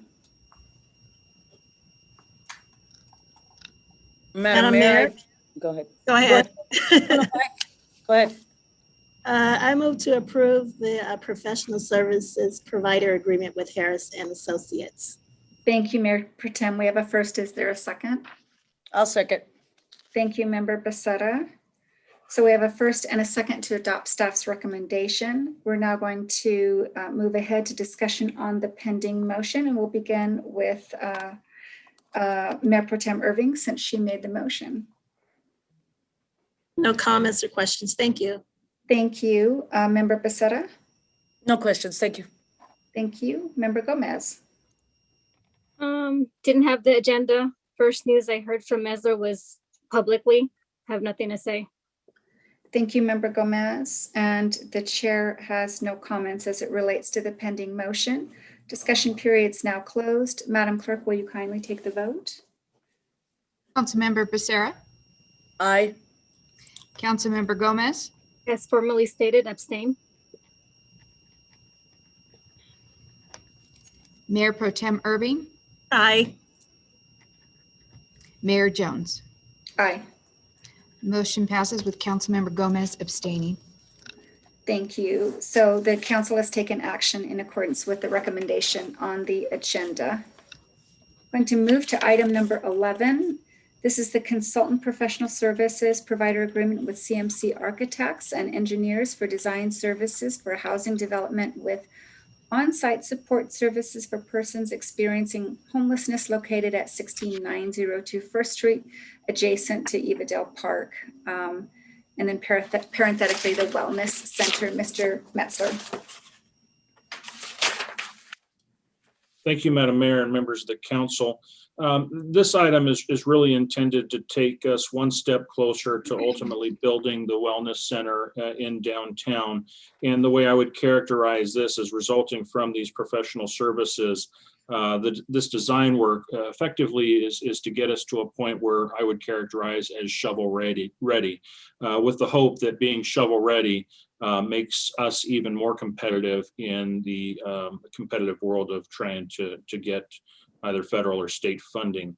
So with that, this item would effectively call for the design of the wellness center. The hope then would be, based upon our request, currently the estimate of the total project construction costs about $15 million. We have that request in front of the state right now. If we can get awarded, it would actually make it that much quicker for us to actually build. All right, thank you, Mr. Metzler. Madam Clerk, will you read the recommendation, please?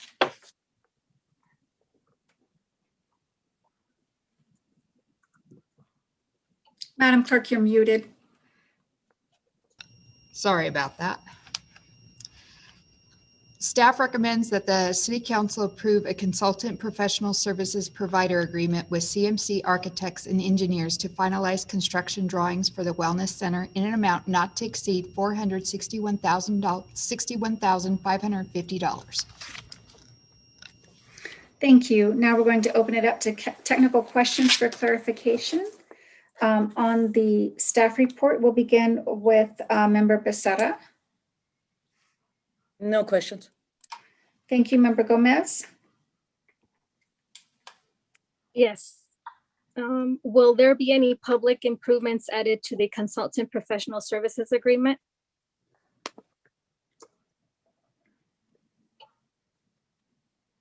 Madam Mayor, this is just for design work. It is design work related to on-site construction and likely does include the design for some public improvements, but it doesn't go beyond the design phase.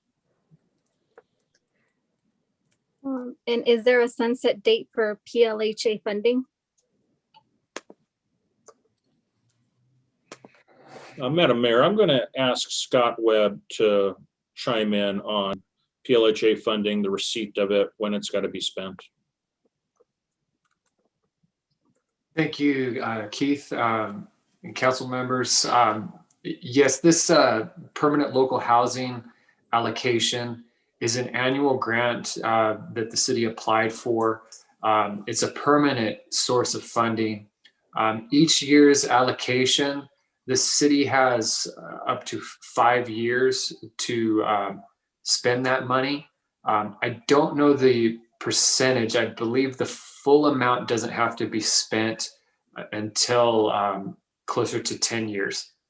But the city council approved the application for PLHA funds, and a housing plan was also approved for the next 5 years to allocate all of these funds that we would receive annually to the Wellness Center.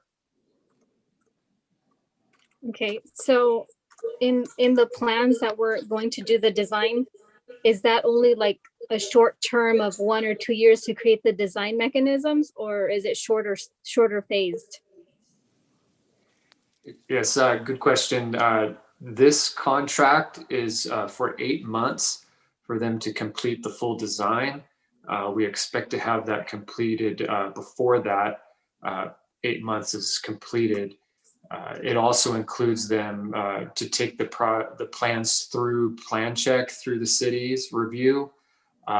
Includes entitlement processes, whether that's a planning commission hearing, and also includes consultant work after that 8-month period should we need their assistance during the construction phase.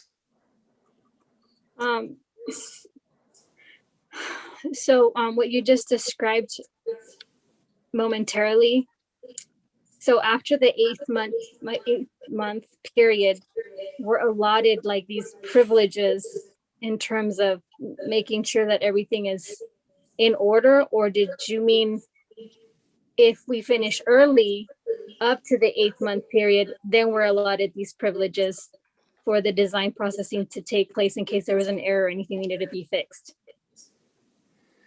The contract, the 8-month period does allow an extension should the consultant and the city both request an extension. But the 8-month forecast is for the CMC architects to finalize the design and take it through all the necessary regulatory agencies such as the city or at the state level with the Housing and Community Development Department.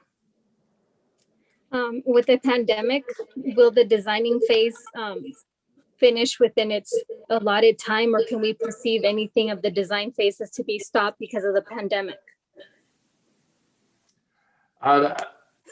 I don't believe that there will be any setbacks due to the pandemic. We've been working virtually in the past with CMC, so I don't believe there'll be any delays due to the pandemic. Okay, and what is the legal definition of cooperative purchasing, and how does it allow for meeting the city's needs? Member Gomez, I'm going to bring you back. This item is about awarding the services provider agreement with CMC Architects for design services. So I think this is going beyond the scope of the agenda item. So I bring you back to the intent of the agenda item. Yeah, this agenda item also talks about any cooperative purchasing. So in order for the design. It does, but it does. However, that's not the main intent of the item. That's just provided for background and analysis. So if you can move on, please, it'd be appreciated. So is that the same thing with a performance period, since you want to dictate what I can ask and what I can't? Member Gomez, snide remarks are not permitted. So if you would like to move on, it would be appreciated. Well, if you want to continue being fascist. Okay, Member Gomez, it is not appropriate for you to attack the character or make personal attacks against any member of this council, certainly the chair who facilitates over this meeting. You are out of order. You are asked to bring yourself to order. If you do not, the chair will withdraw recognition. Please bring yourself to order. That's what you typically do. For the Wellness Center to be designed, will the city be taking proactive processes to oversee the design and the logistical? Chair removes recognition from Councilmember Gomez. We're going to now move on to Mayor Pro Tem Irving. No, I don't have any questions. Thanks. Thank you. And the chair has none. All right, now we're going to move on to the public comment period. Madam Clerk, please make sure that Member Gomez is continued to be muted until ordered that she be unmuted. Are there any requests for members of the audience to speak from members? Not at this time. Okay, thank you. Public comment period. Let me just hold on a moment, just in case. Yep, that's what I'm like. Okay. Yep, thank you. There's first speaker is Jose Chavez. Thank you. Mr. Chavez. Hey, council members. I just wanted to ask a question in regards to the design. By any chance, is there going to be any type of like community supported agriculture integrated into this? Because we're going to have, so many people here, as soon as it does open, when we get the planning done, how are we going to feed all these people? Thank you, Mr. Chavez. Madam Clerk, any additional requests? Valentin Godina. Mr. Godina. Yes, thank you. So the state has always had this this grant available for a long time, and we are now just being notified that we applied for it and we've been successful in receiving it. What has taken us so long to apply for it, and what is the council's heart on in putting the homeless shelter in Old Town? Why not put it over by Ridgecrest, who's going to have a beautiful shopping center here pretty soon at our cost? Or the air base where there is room and it was good enough for our soldiers. Now, is are the people who are going to be doing the evaluation, are they going to be able to tell us what benefits this project is going to bring for the Old Town of Victorville, and how it's going to impact and attract businesses for our Old Town, and how it's going to help our youth and our seniors in that area? Or do we just not care? Do you not represent the entire Victorville? When will we get some answers from this council?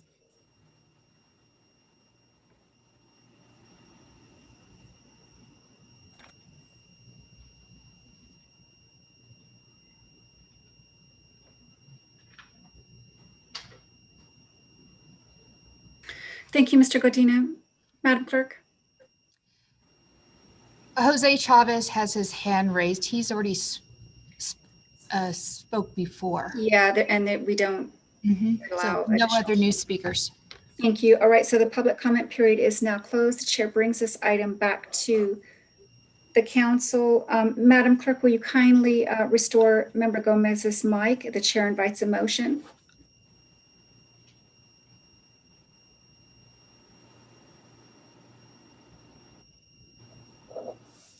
Chair invites a motion. Yes, Madam Mayor, I move to approve the consultant and professional services provider agreement with CMC Architects and Engineers to finalize construction drawings for the Wellness Center. Thank you. We have a first by Mayor Pro Tem Irving and a second by Member Becerra. We're now going to undertake discussion on the pending motion, and we will begin with Mayor Pro Tem Irving. I don't have any questions. Thank you. Thank you. Member Becerra? No questions. Thank you, Member Gomez. Yes. I was wondering how the processes for this particular item were going to allow our homeless populations to actually have a surety in home when we don't have enough of the housing units or the monies to be able to supply for them the housing needs. Okay, thank you, Member Gomez. At this time, we're taking comments as it relates to the pending motion. Do you have any comments as it relates to the pending motion? Oh, that's what I provided for that response. Okay, thank you. Do you have any other comments? No. Thank you. And the chair has no comments. Discussion period's now closed. Madam Clerk, will you please take the vote? Councilmember Becerra, Aye. Councilmember Gomez, Aye. Mayor Pro Tem Irving, Aye. Mayor Jones. Aye. That motion passes. Thank you. So the council has adopted the recommendations set out on the agenda. All right, moving on to item number 12, review of the City Council Policy and Procedures Manual. This was a request by the chair. I'll go ahead and introduce the item. So first of all, thank you to my colleagues for allowing this matter to be placed on the agenda. So just because we have new council members, I'm going to give a tiny bit of background on this. So in early 2017, the City Council adopted by resolution its Policy and Procedures Manual to make explicit its norms and protocols rather than relying on implicit rules and tradition as had been done historically. So when any organization first institutes formal policy and procedure, it's common for there to be a number of brush-ups in fairly short order. And it's been nearly a year and a half since the last global review of our Policy and Procedures Manual resulted in a resolution to adopt revisions. So when there are new members to an elected body, it's widely held that they be given the professional courtesy of being able to contribute to the manual should they wish. And so additionally, there are topics that the council may wish to consider for incorporation into the manual as part of a continued effort to fine-tune practices and make conducting business more effective and efficient. Among them may be norms and protocols that might be accepted in the upcoming governance relations workshop, that's next Tuesday, interpreting services during council meetings, the public comment period, the process by which council appointments are made to outside agencies, the purpose of the council member report section of the agenda, and correction of minor clerical errors. So at this time, I'm going to go ahead and ask if any members have just some basic questions as it relates to putting this, directing the city manager and the city attorney to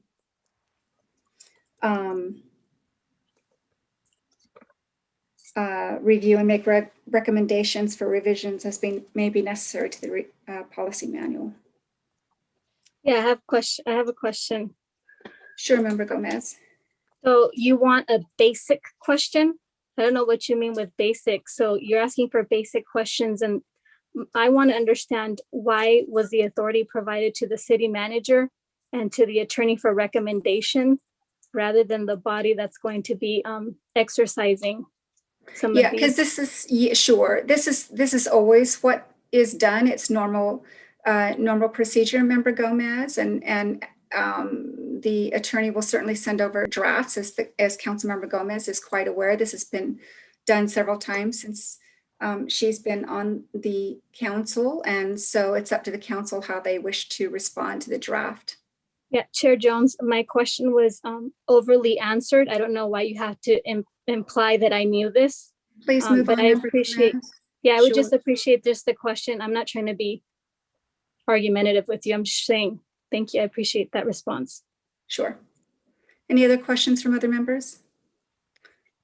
All right, with that said, I'm going to go ahead and make a motion that the council direct our city manager to work cooperatively with our city manager to review and make recommendations for revisions as may be necessary to our policy and procedures manual, and further to bring a draft back to the council on March 16, 2021 for possible adoption by resolution. I have a question. I have a point of, I'm unclear on a couple of things that were happening right now. Okay, so does Councilmember Gomez wish to be recognized to ask a question to resolve a confusion? So I'm confused of what you just stated. I thought we were doing that today. No, the chair just made a motion, is looking for a second. Well, I understand what you just did, but this is an agenda item. So I was figuring that there's already things highlighted in these agendas that in the policy manual that we're gonna look at today, so we haven't done that? No, Councilmember Gomez, it's this agenda item where the chair has requested a motion. We now have a second by member Becerra to bring this back to the March 16th council with suggested revisions to the policy manual as a result of our attorney and the city manager looking at it. The draft will be seen by the council members in advance of the meeting. So that's not this meeting, this is next month. It's just, if it's an agenda item, I thought we were gonna talk about it.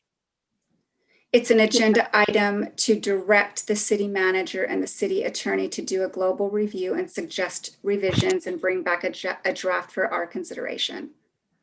So the draft that I have with highlights, what does that mean? I don't know what that is, Councilmember Gomez. I don't know either. Okay. I So we're going to asked- move on. Yeah, we're going to move on. So the chair has no idea what you're looking at. The chair doesn't have that information. There's been no draft put forward to the council. So we have a first on the chair's motion, my motion, and a second by member Becerra. Further discussion on the pending motion. Can you repeat? Madam Mayor? Yes. Oh, we need public comment. My apologies. We do have one speaker, Romero. Yes. Yes. My apologies. Our first speaker is Romero Rodriguez. Thank you. Mr. Rodriguez. Okay, so looking at the speaker's face, it didn't seem like that person was really speaking with a lot of conviction or surety, but they're talking about what we're witnessing right now is the city attorney becoming the mayor and the city manager becoming the vice mayor, not pro mayor, because they're going to make recommendations and revisions to the current policy. And as we know, and we see every meeting that comes down, they vote for it and everything, but they never have anything to say. You have those three people always voting yes, yes, yes. It doesn't matter that they're promoting and nothing. They never have nothing to say, no questions. When they ask them, do you have any comments? Oh, no, I have no questions.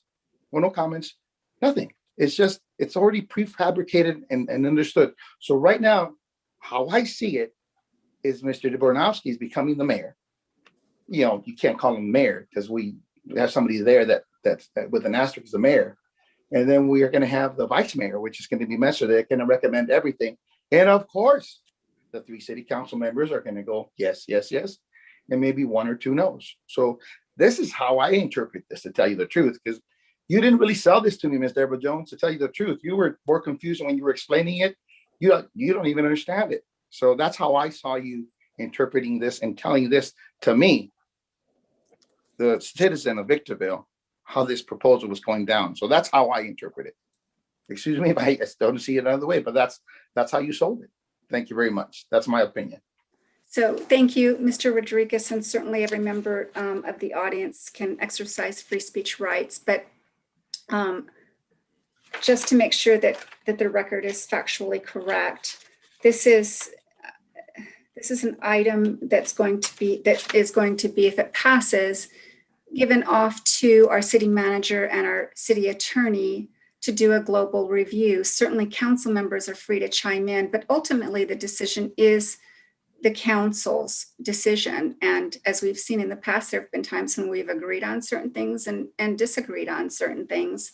And it's unfortunate, and certainly any member of the audience is free to take his or her own view, but this is customarily the way that things are done in any governing body. But certainly, Mr. Dobrowski, you can chime on in this if you work with many councils. Have you seen this done differently? No, it would make absolute sense that the professionals that you hire make the recommendations, and we certainly don't adopt those recommendations. It's entirely up to the council to consider them, decide on them, and if they deem them worthy, to adopt them or to make other recommendations. That's totally part of the process. Again, we don't vote. We're just making recommendations as your professionals. And certainly we invite your input as well. In fact, the last time we did one where we adopted a resolution, when we made a request a year and a half ago and it ended in a resolution, when there was a global review, the council took a bit of time to review and weigh in on it. And there's certain things that we accepted and certain things that we didn't. Isn't that correct? Absolutely. Sure. And I anticipate the same thing happening this time around. Sure. Point Okay. of clarification, why is there a discussion without the Councilmember council? Gomez has not been recognized. There's no such thing as a point of clarification. Can you clarify that? I'm just trying to understand. So no, but Councilmember Gomez, you can ask to be recognized by the chair and then ask if you can ask a question to resolve a confusion. Well, I'm confused and I like to. Councilmember Gomez, would you like to be recognized? You mean, can I speak? Yes, Yeah. yes, it's necessary to be recognized by the chair. Okay, so can I speak now? You're recognized. Do you have a question? Well, I'm confused. I felt like the council was not participatory, but only you and the attorney were going back and forth. So I was wondering, is this a period of talking or were you clarifying what was happening? I don't understand. Oh, sure. Yeah, I understand what you're saying. So there are times, Member Gomez, when things are stated so factually incorrectly that it's necessary to kind of set the record straight. The chair tries not to do it very often, but when it leaves the public with a very wrong perception of how things are run here, and it's intended to be very professional, it becomes incumbent upon the chair to correct the record, whether it's through the city manager or the city attorney or the chair herself. All right. So Madam Clerk, are there any further requests to speak? There are no, Valentin Godina. Mr. Godina. Library. Can you hear me? Yes. Okay, so it is okay to have a discussion for clarification with the city attorney, but not with the tax-paying residents of Victorville. Okay. That seems not to be fair. Mr. Godina, the agenda item is the request for a global review of the policy manual. Do you wish to speak on that? Yes, I would like you to add onto the policy manual answering important questions that the community, the tax-paying community that voted for you has and deserves an answer. Please add that into the policy. Thank you, Mr. Godina. Madam Clerk? There are no other speakers. Thank you. I'm going to pause for just a second in case someone else wants to be recognized.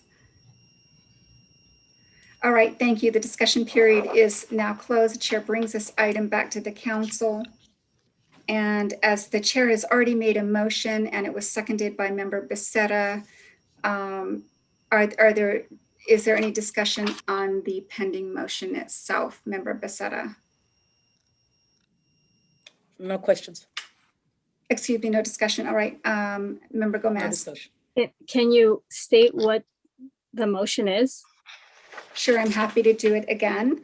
So the motion was that the council direct our city manager to work cooperatively with our city attorney to review and make recommendations for revisions as may be necessary to our policy and procedures manual, and further to bring a draft back to the council on March 16, 2021 for possible adoption by resolution.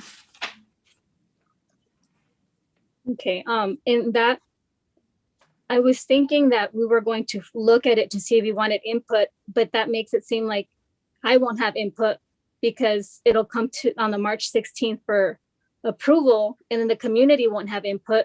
So where do we add in there a caveat where we're going to have this ahead of time so that we can see any revisions? Sure. So, so that will be the duty of the city attorney to make sure that the council has a draft in timely fashion so that you can look at what's being proposed in terms of updates. And certainly at that point or before, you're welcome to offer, as we all have been in the past, any suggestions that you might have for updates in the policy manual. Okay, so does the motion allow for everyone's input to be shown and thereafter adopted, or it's going to be secret and then whatever's going to be taken will jump from there? I don't know. Well, no, there's nothing secret about the process. So the city attorney and the city manager will take the information they receive and certainly what they've seen during council meetings over the course of the time, as I'm sure every council member will as well. And from that provide updates that might be necessary and beneficial for our being able to conduct more efficient and effective meetings. So there's nothing secret about it. This is the same process we followed in the past. No, I was just trying to understand if your motion included like bring an update, allow for us and the public to be able to be notified above what we usually do. And that if it would include any kind of highlights, sometimes we don't know what was changed unless we speak to the person changing it. So are we going to see like highlights or anything like that? Yeah, but my understanding, Mr. Dubort-Nowski, is I recall that we've always gotten a red line version. That's correct. We will provide a draft with recommendations that'll highlight the proposed or recommended changes. And again, it'll be for your consideration. You can accept them, you can direct otherwise. But the draft you get from the work that the city manager and I do will be highlighted, so you'll clearly be able to see the changes from the existing policy manual. I have no more clarification. Thank you, Member Gomez. And Mayor Pro Tem? No, I call for the question, Madam Mayor. Yes, so so actually, since you're the last one to speak, then it's understood that no one else wishes to speak. And so the chair at this point is going to ask the clerk to take the vote. Councilmember Becerra, Aye. Councilmember Gomez, Aye. Mayor Pro Tem Irving, Aye. Mayor Jones. Aye. I rescind my Motion vote passes. and I say no. Sorry, did you guys take Yes, my? because Member Gomez, you may, because I haven't announced the next item. So how do you want your vote to be shown? My voice vote to say no. Okay, so Madam Clerk, will you record Member Gomez's vote as a no? Yes, the motion passes with Councilmember Gomez voting no. Okay, so the council is going to, has taken action to direct the city manager and city attorney to work cooperatively to review and make recommendations for revisions to the policy and procedures manual, bring a draft back to the council March 16th for possible adoption by resolution. Okay, moving on to item 13, the public comment period. And Madam Clerk, do we happen to have Mr. Esparza on the line? I believe.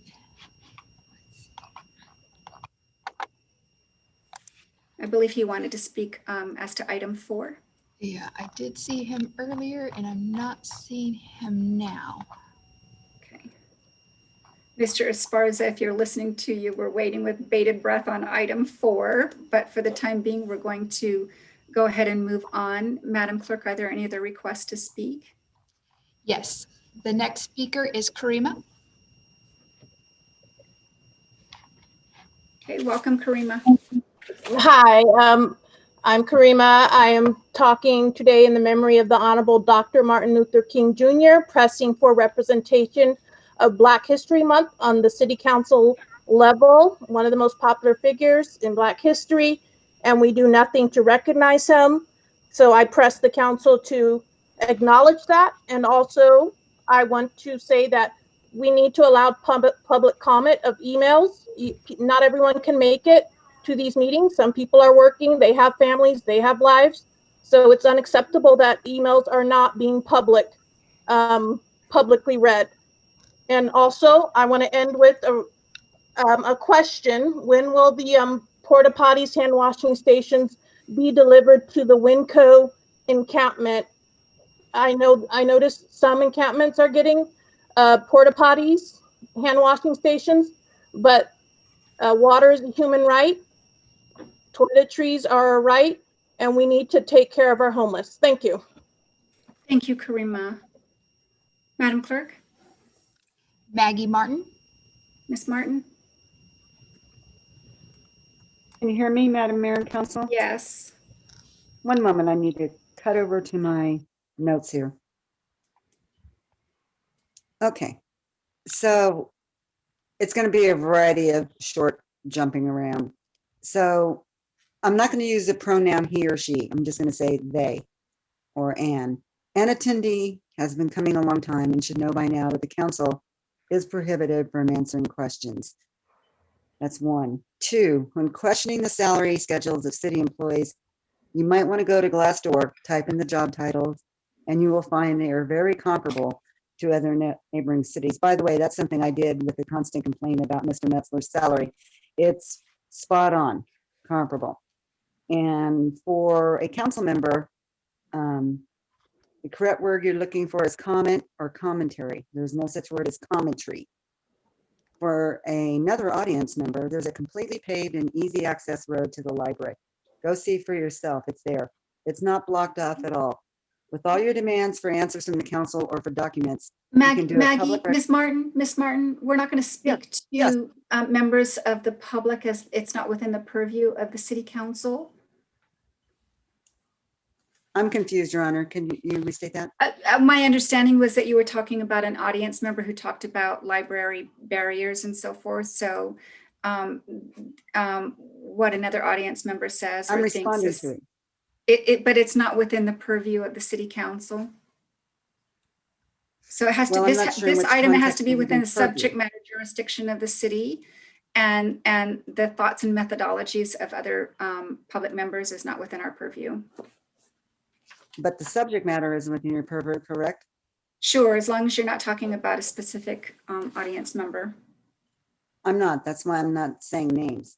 I'm just asking, suggesting to them a way to get their questions that the council can't answer. I'm sorry, can't answer, answered. Sure. So emailing them for, thank you, Madam Mayor. Also emailing the appropriate department for clarification. Asking the council to add to the policy and procedures a section for quote, important questions be answered to the public. That immediately raises my final point. Who's going to define what's quote unquote important? That's all I have, Madam Mayor. Thank you. Thank you, Ms. Martin. Madam Clerk. The next speaker is Vida.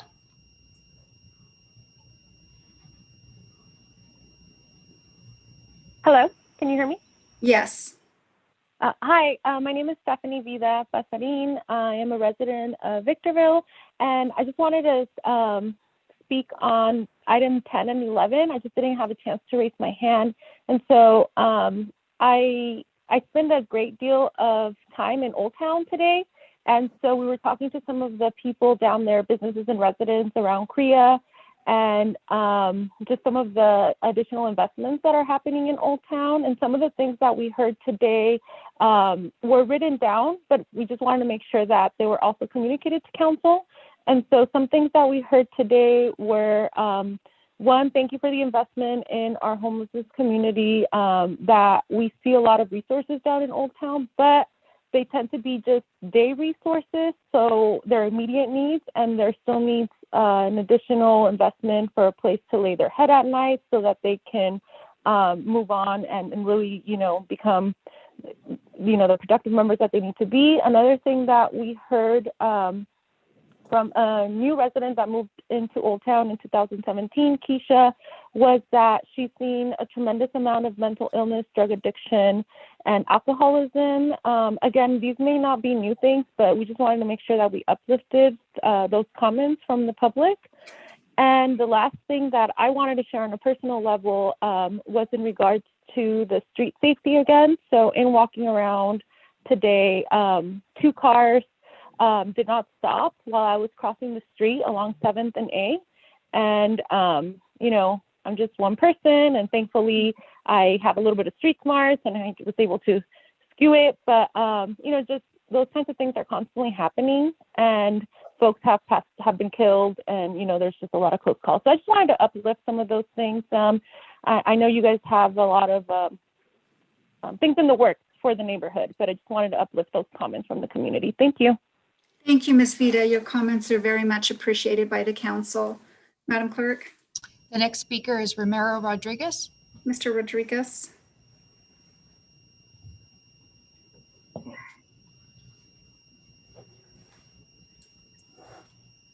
Hello? Yes. Yeah, just want to make a clarification. I have nothing against the city council, nothing against anybody. I just been listening to the meetings and going to the meetings for the last few years and religiously listening, and I see already there's a routine that's always happening and happening. Nobody wants to take any nothing. Nobody wants to be at fault for anything. They want to take the easy way out. I was reading an article about Mr. Richard Rosario, which he was accused of murder, and he was released because he wasn't the person, but he refused to have the charges dropped. And on his behest, he's risking going back to jail because he wants his name cleared. He didn't want to settle. He didn't want to settle. He wants his name cleared. He doesn't want to get stopped and say, "Yay, you were accused of murder." No, I'm cleared. I didn't settle. It was cleared. And this goes back years and years and years. And when Mr. Cox always says, "Oh, the city settled, the city settled, the city settled," and I'm sick and tired of the city settling with what we got. And it's monies are just going up and down. Nobody has any accountability for it. They're censoring the person that represents us. We got somebody that sued the city of Adelanto for $1 million. We got another person that was banned from running in their, or for at one point was banned from running in their own city. Another person that has supposedly has fleeced the city for over $73,000 a year in just overtime alone. This is what we got. This is what we're dealing with. And like I'm saying, it's just, when is this going to stop? We need representation for us. We need people to speak up for us. And the person that's speaking up for us, we see it's always being censored. We don't, whether she's doing it right and correctly or wrong. The thing is, the city's not pulling themselves together to represent us, the people, the values of the city and the contracts of the city are the ones that are being protected. All these contracts, all these agreements and everything. But the library is terrible. Downtown is worse.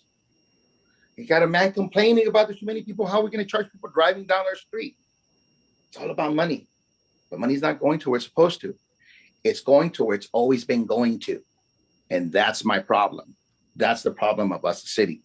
We want it to go to where it's supposed to be going, not where it's always been going. That's the problem. And come 22, there's a beautiful thing of the one-time candidates. And I hope this rings true. So God bless you guys. Have a great evening. Thank you, Mr. Rodriguez. And so just to be clear, there is no council member here being censored in any form or fashion. These meetings are being facilitated in accordance with our policies and procedures. And certainly within that is government code and Rosenberg's rules of order. All right, Madam Clerk, any other requests to speak? Deanne Hudgens. Thank you, Ms. Hudgens.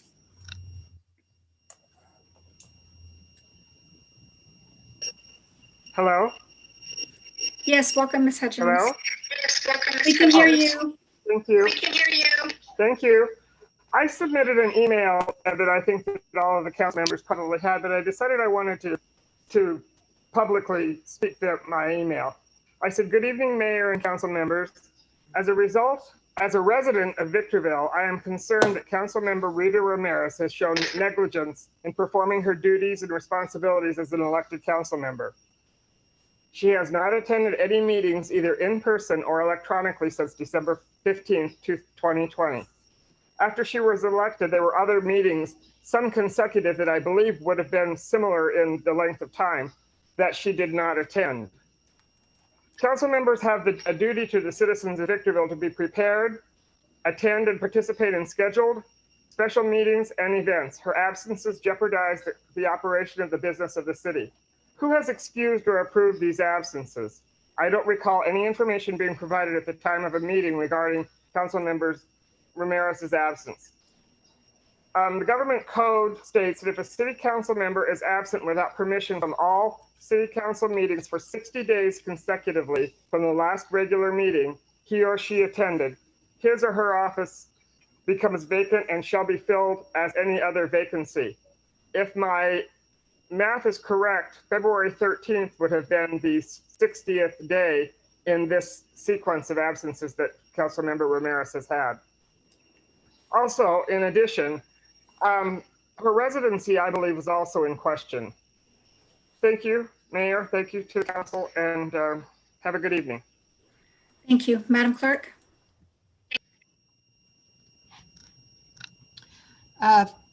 Blanca Gomez. Okay, Ms. Gomez is going to speak as a member of the public. So, City Council, Mr. Andre Dubernowski has been in the status quo city's administration since 1984. So he's been here a long time. We have a former council member and former mayor with the city manager who are family nepotism. So Becerra, Gloria Garcia, and Keith Mesler. And then I wanted to touch up of what's wrong and what's right. It's very subjective, very subjective. I also wanted to say that the Brown Act does allows for the council and staff or staff to respond to our audience members. So that's a choice that the council makes, and we can respond if we would like to. The Constitution also allows us to share our thoughts and to continue to exercise many of the things that are diverted as not being part of what we're stating. And we're going to continue to practice that. And some people called things censured. I, Blanca Gomez, council member of the city of Victorville, have been on many occasions what we would call censured by being muted, by being asked to take the camera off so that I don't speak, so I'm not heard or I'm not seen. That has happened. It actually happened today as well. And those are issues that are argued in a court of law because everyone has their own personal opinion. But when it comes to case law and things of that nature, we have that type of, I'd call it restitution or grievance that we can fortunately do or have. I also laud those that take the bravery to come out at the audience and call it what it is, because it is what it is. Our voices together will prevail. Some people said Black History Month. I tried to make a motion. It wasn't seconded by anyone else. So I can only do as much as my colleagues allow me to do. I think the rest is upon the people to put pressure on the council if we're representing or you represent somehow the nature of our ideologies. You need to come forth and continue to speak your heart's mind, because when you don't do that, council members take it upon themselves to create cliques, and these cliques are dangerous. That's the nature of what I wanted to say. I'm not here to castigate my colleagues or the administration, but we do see something wrong and we kind of see corruption. And I know the chair is going to take it upon herself to try to rip apart what I've said, but you can't take away what I've said. I'm still councilwoman when I go to sleep. I'm still councilwoman Blanca Gomez when I wake up. I was duly elected and I took an oath. Regardless of if Satan himself wanted to say that I was unelected and I couldn't speak, Satan himself is a liar. I could use biblical quotes, but I'm not going to. Your Thank time you. is up. Thank you, Ms. Gomez. And so since there was a citation about the Brown Act allowing dialogue kind of to and fro in response to public comments, Mr. DeBortnowski, can you respond to that quickly? Yeah, I think my How- prior how does comment that was happen? not that it is whether or not it was allowed, it was whether it was required. And the Brown Act does not require it. It certainly requires the ability for the public to make comments, but it does not require a debate between council members and members of the public on every single agenda item. You have the discretion to allow that if you want, but it's certainly not required, and that's not what I said. Thank you. Okay, Madam Clerk, are there any other requests to speak? Tanya Villalobos. Thank you. I just wanted to echo with what has already been said about Black History Month. I think it should be respected and acknowledged, and it's pretty disrespectful that it hasn't been acknowledged. I also wanted to echo what was said about the encampments, because it is a human right to have access to food, shelter, water, and these are all things that people don't have access to right now. So yeah, I just wanted to echo, especially the toilets and the hand washing, being at the Winco encampments, because we've only seen it happen at the Paiute. So, yeah, people are living in deplorable conditions and it's unacceptable. Thank you very much. My understanding is that we have facilities now by the Winco as of this morning. Is that correct, Mr. Metzler? That is correct. Thank you. Okay, Madam Clerk. Valentin Godina. Mr. Godina. Yes, can you hear me? Yes. Yes, our homeless population does need services, and unless you put those services up an hour ago, that's great, because I didn't see them earlier. And so I want to thank the city council for their job in doing what they do. I wish that what they did was a little more beneficial to our city residents who gave you our trust to act on our behalf. And I also want to recognize the attorney for being such a great twister of words and doing such a great job in backpedaling on the Brown Act when he knows very clearly that Mr. Cox would answer the questions when the public would ask him. And so it's not against the Brown Act, and he's very good at his wording. That's why he's an attorney. The old joke about an attorney who passes the bar with the highest score, he's called an attorney. One who barely passes it is also called an attorney. So stop denying us the right to have answers to our questions. They are important to us. That's why we ask them. It's not because we have time to kill, because I'm sure you don't have time to kill by sitting there and representing us. Please answer our questions and pay attention to the needs of all of our community, not just those favorite parts of our community, which are necessary. Every part of our community is important and is necessary and deserves the attention that it needs. That's why we all pay taxes, not just some of us. We all pay taxes, and you represent all of us, not just some of us. And please recognize Black History Month. It is a federal recognized holiday. It is an obligation per se, and you should get into serious consideration for our population and our diversity, unless you don't care about our diversity, but we do.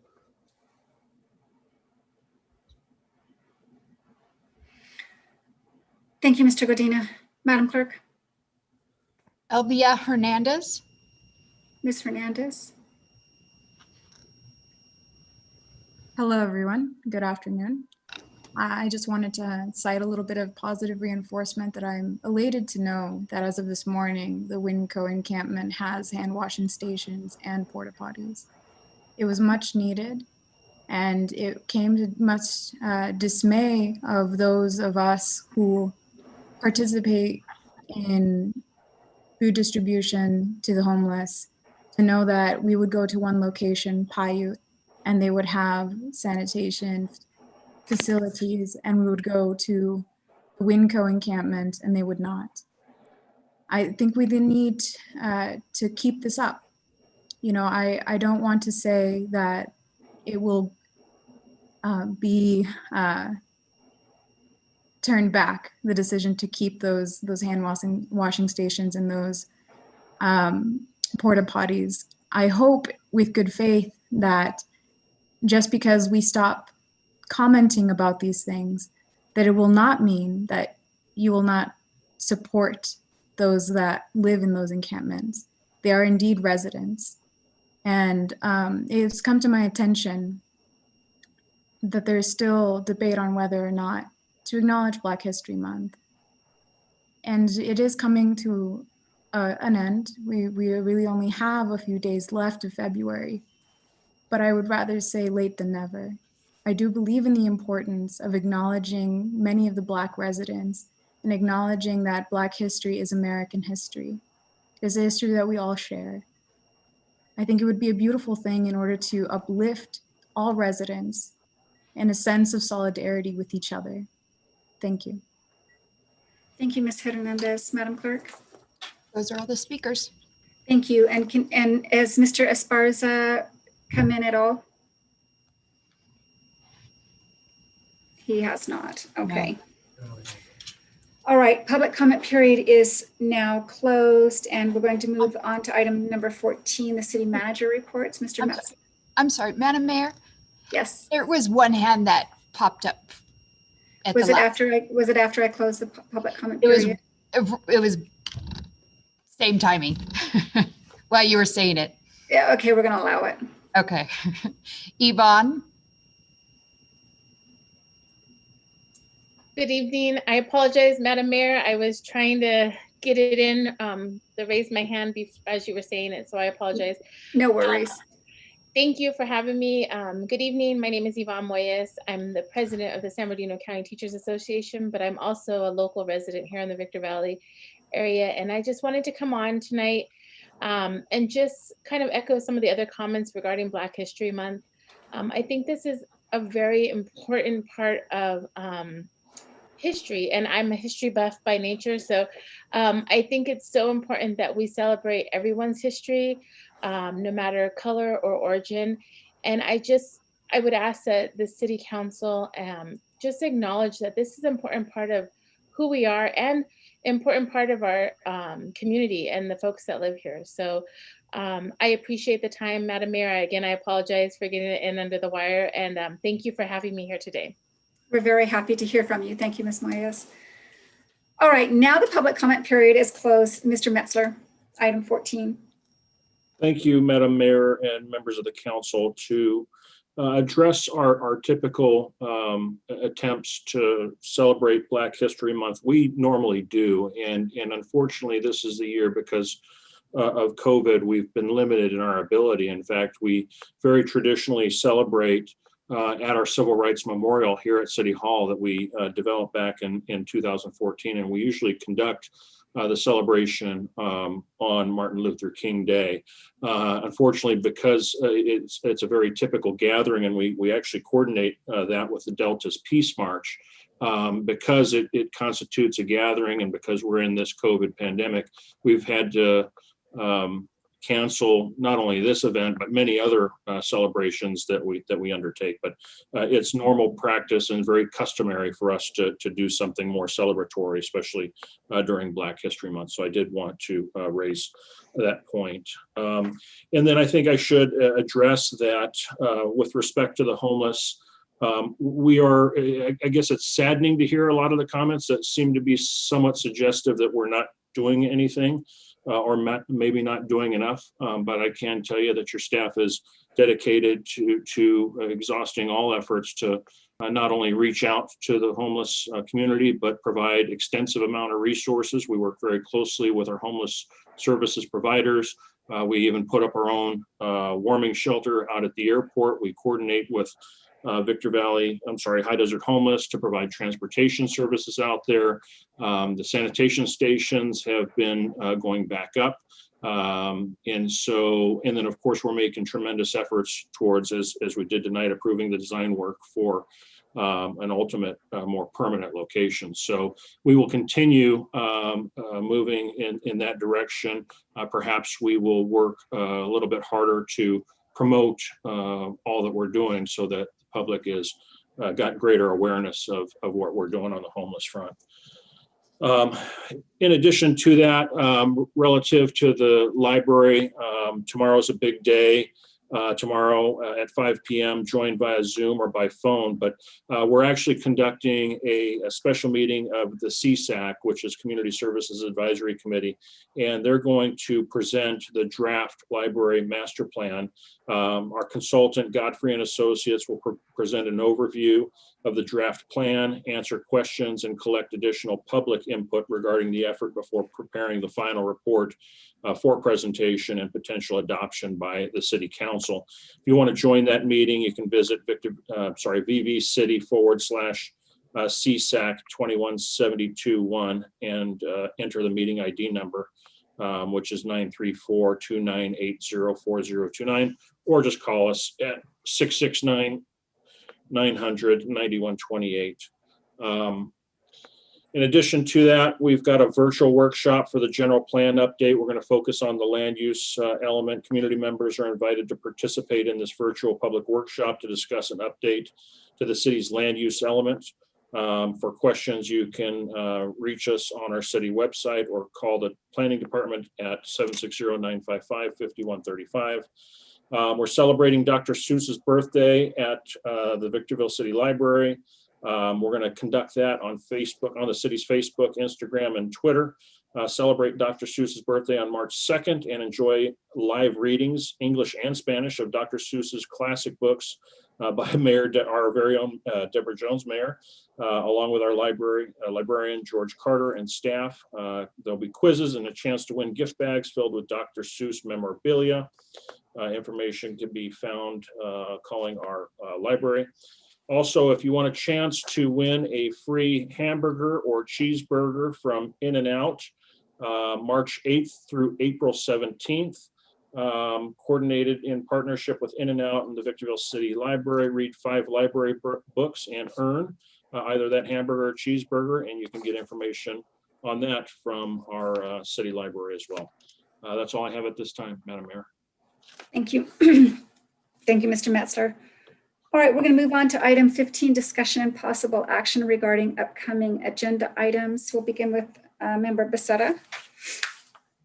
Oh, there we go.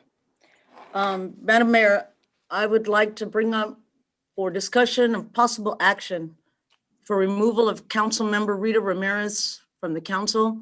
Mrs. Ramirez has not been to a meeting since December 15th.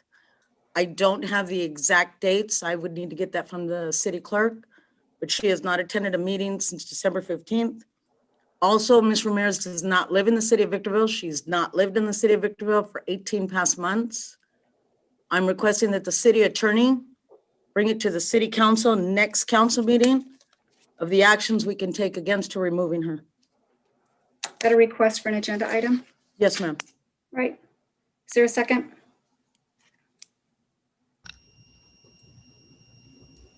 I'm going to second that just for discussion. You know, questions as to her residency and so forth.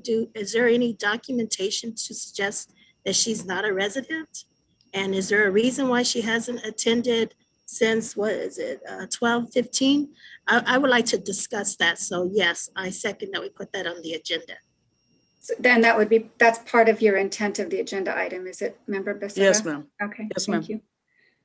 Okay, we have a first and a second to put that on the next March 2nd agenda for discussion and possible action. If Mr. Dvoretsky, is that okay, sir? Yes, that would be appropriate. I understand the direction of the motion. Thank you, Okay, sir. great. Mayor Jones, I have a question. Yeah, yes. Generally speaking, would the clerk or someone go out to check the residency to verify whether or not she is indeed? I think that's a question for the attorney, but not to my knowledge. I think those happen, the checking of whether or not the reported address is a part of Victorville occurs when you file candidacy papers. I think that's the only time it But happens. I think it's worthy of discussion. Yes. Sure. Okay, so we have a first and a second. Madam Clerk, will you take the vote? Councilmember Becerra, Aye. Councilmember Gomez, Member Gomez, are you with us? Oh, you're muted. We can't hear you. Can you unmute yourself, please? I was expecting like probably comment, but I think, help me understand. Sorry, I'm a little confused right now. We're in the midst of a vote. So do you wish to? Well, because I heard discussion back and forth. So, I understand, but so our policy manual on this particular item, requesting agenda items, asks for very limited kind of questions, and it's only related to the intent of the agenda item. So it's very, very limited, but at this point, we're taking the vote.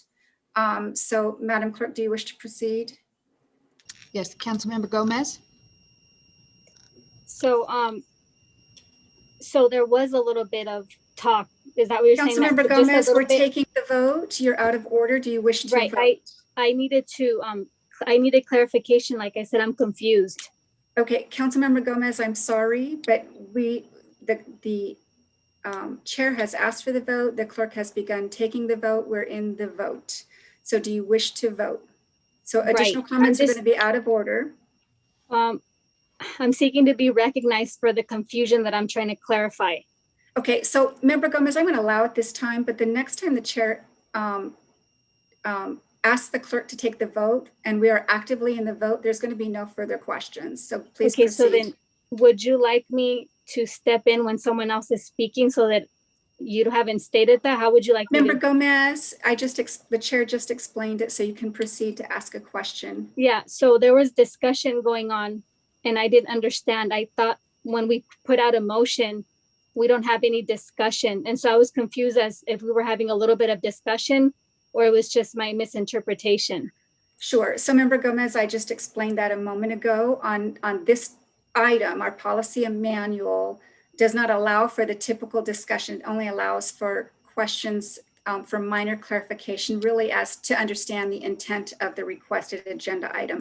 That's all that was happening. Okay, so now we're going to take the vote. Do you wish to vote, Member Gomez? Yeah, her legs are amputated and she's in the hospital. Member Gomez, you're out of order. Member Gomez, you're out of order. And if you will bring yourself to order or the chair will withdraw recognition. Member Gomez. You do whatever you want. She's in the hospital. Member Gomez is out of order. The chair withdraws recognition. Unfortunately, the member is, Madam Clerk, kindly mute the member so that the chair can explain this. It is inappropriate for a council member to release personal information without the consent of the council member. And so it is not acceptable. The chair had to rule it out of order and mute her because she was refusing to yield to the directives of the chair. Madam Clerk, please proceed with the vote. Mayor Pro Tem Irving? Aye. Mayor Jones? Aye. Motion passes. Okay, so the council is expects to I hear didn't from vote the yes, attorney so on- don't count me as a yes. Member Gomez her mic has not been restored. Madam Clerk, how did that happen? Did she unmute herself? Yeah, she still has co-host Okay, rights. please remove her co-host status, please. All right, and it doesn't come back on until it's ordered restored by the chair. So Mr. DeBortnowski, you understand the direction given to you for the next council meeting? Yes, I do. It's clear, and thank you for the clarification from the question from Ms. Councilmember Becerra. It's very clear.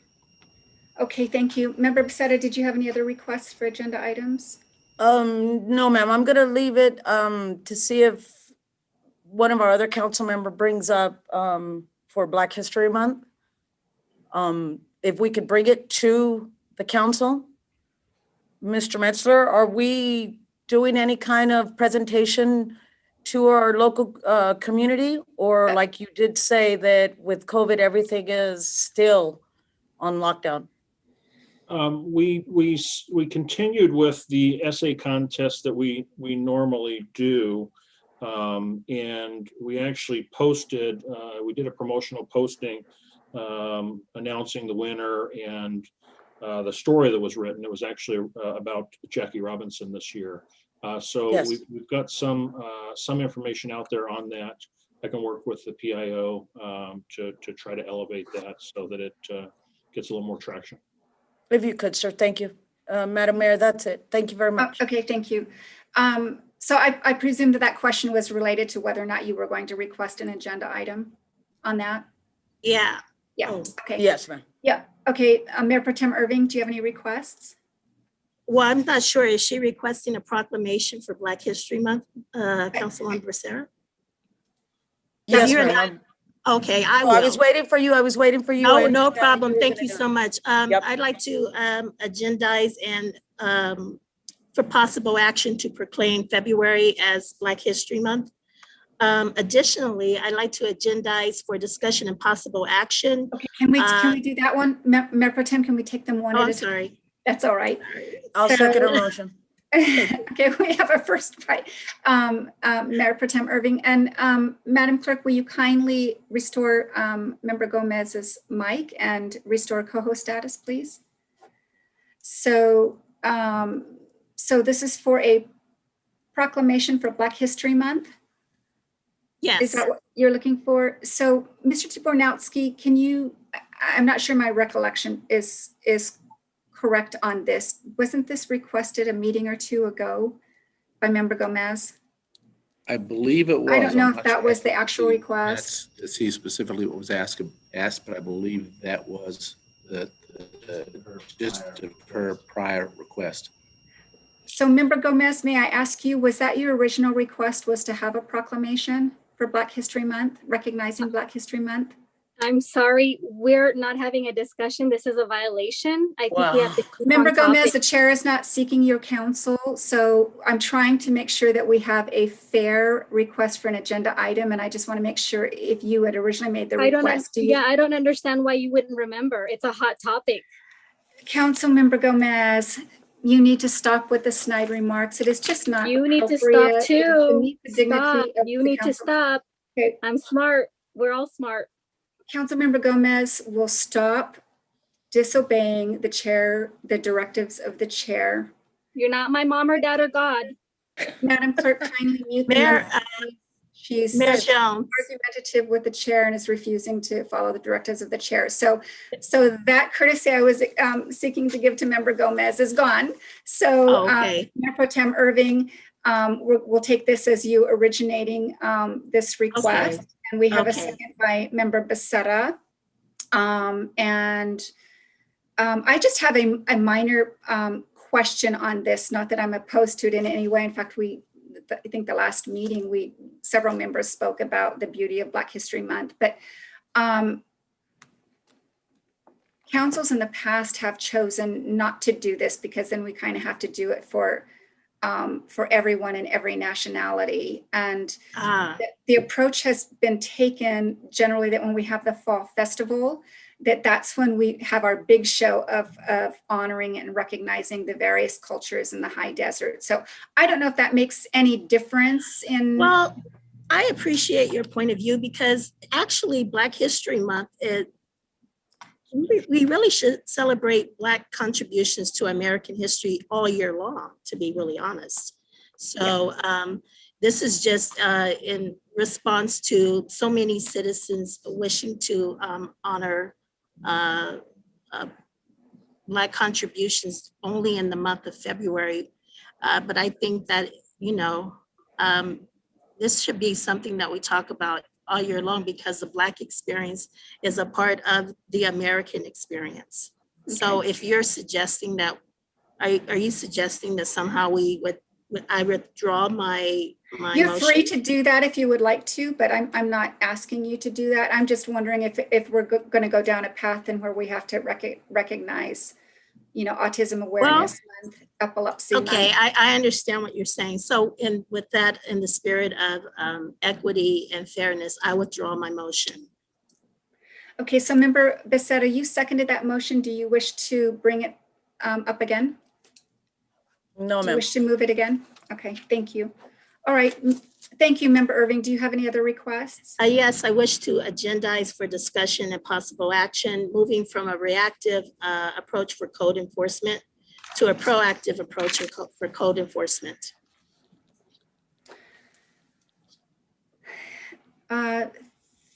Thank you. So I have a quick question on that because that's part of our public safety plan, and Measure P was to do just that on everything, is to go put us in a position of becoming proactive and not reactive. Does that make a difference to you? I think we should be proactive. Right, and that's actually the call of the public safety plan that's going to be funded by Measure P. I'd like for the city manager and the staff to bring forth a presentation for discussion. Okay. And I guess, the question would be, the approach and where we would begin. I think we should begin with residential. That's what I think. Okay, so I'm just trying to make sure that we're doing this one step at a time. So Mr. Metzler, can you, because I understand what Mayor Pro Tem is saying, and it's quite valid, but can you, I'm just wondering if we're putting the cart before the horse because we don't have the oversight committee yet. And it seems to me that that's where a lot of those things are teased out.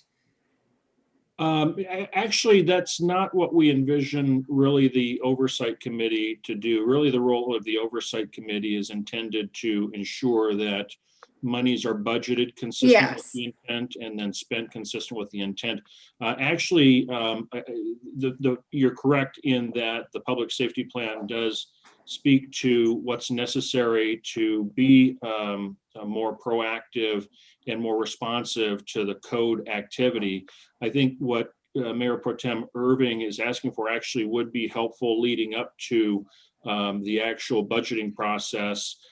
Because similar to what we are doing and what we took from the Parks and Rec Master Plan that this City Council just considered, we're actually using that as a template to now start identifying, what are going to be the first of the expenditures. One of the biggest things that we're focused on right now up until the budget is with the projections of Measure P money. What exactly are we going to spend that on? We're effectively having to establish a plan. So I think using the Parks and Rec Master Plan as an example, that's becoming our template to start figuring out what we're going to focus on, say in year 1 and year 2 and year 3 in terms of re-outfitting parks or fixing them up. As it relates to code, the public safety plan spoke to it from a macro perspective, but one of the big issues that and it certainly would be helpful to hear from the council is where should we focus first? Because we've got so many differing areas in the city that are priority, whether it's residential enforcement, whether it's enforcing illegal street vendors or commercial landscaping or whatever the case might be. Certainly that could be helpful to have a conversation in advance of the budget prep. That way we can properly focus our efforts. Okay. So Mayor Pro Tem, so would it be helpful to have, do you want it to just be restricted to code enforcement or all of the aspects of the things that we'll be funding with Measure P? I didn't speak about Measure P. I'm asking that we bring it forth for discussion and possible action. I think right now a presentation would be in order. Madam Mayor, if I may. I'm sorry, You're Leslie. recognized, sure. No problem. Thank you. I think what we need is for Mr. Duran to give us exactly what they do with the people they do, with the 5 people they have and the amount of square miles they have to cover.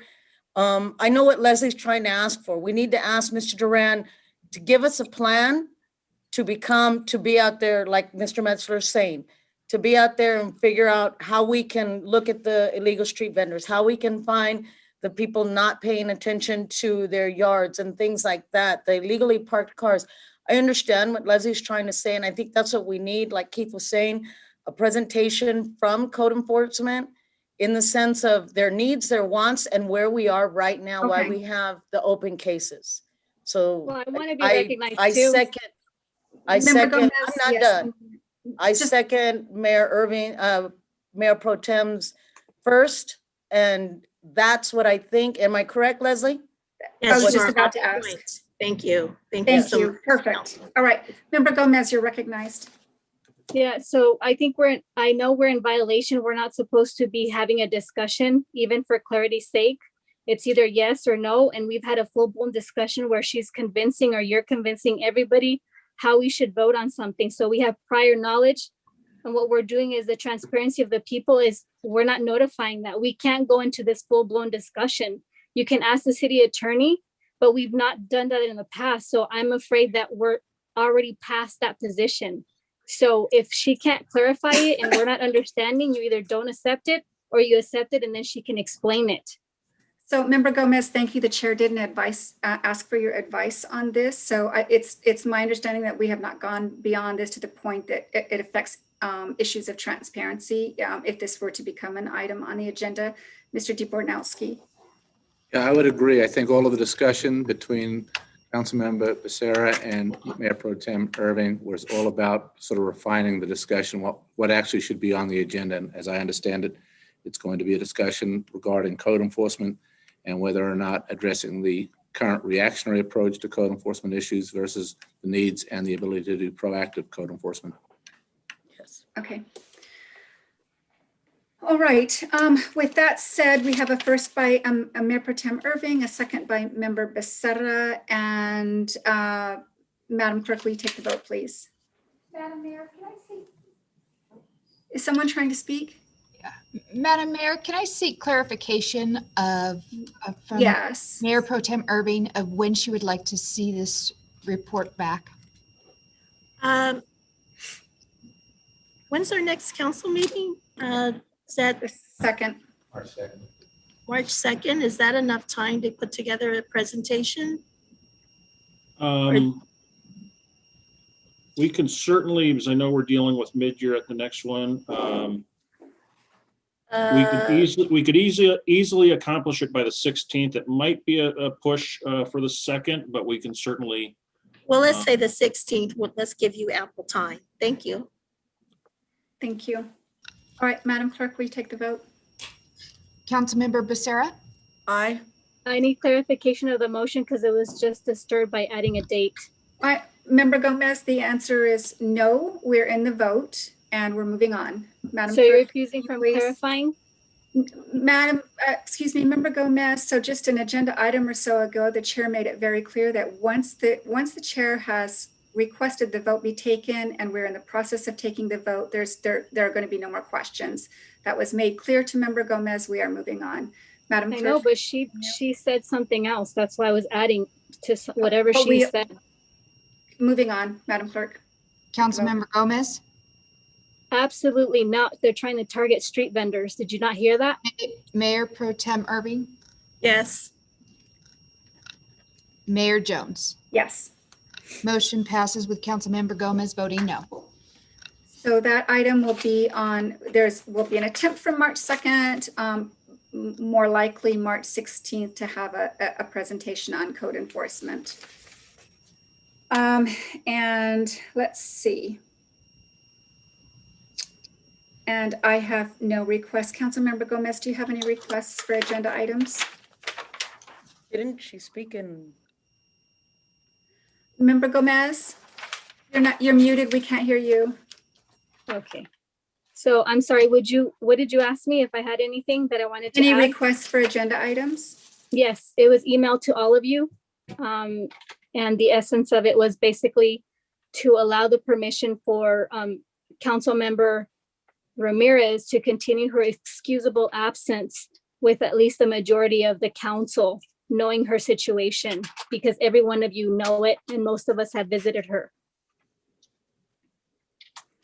Okay, so so you're looking for a formal excuse in what, the next meeting for all of her absences? Is that what? I sent you an email. Did you not receive it by chance? I haven't read it, the Member essence. Gomez. I Yes, haven't read it's it. that. So it's your duty to advocate for your agenda items. So What's else? Yeah, that's what I said. I don't understand why you have to add little extra things, but the essence is okay. That motion, you. yes. Thank you, Member Gomez. Is there a second?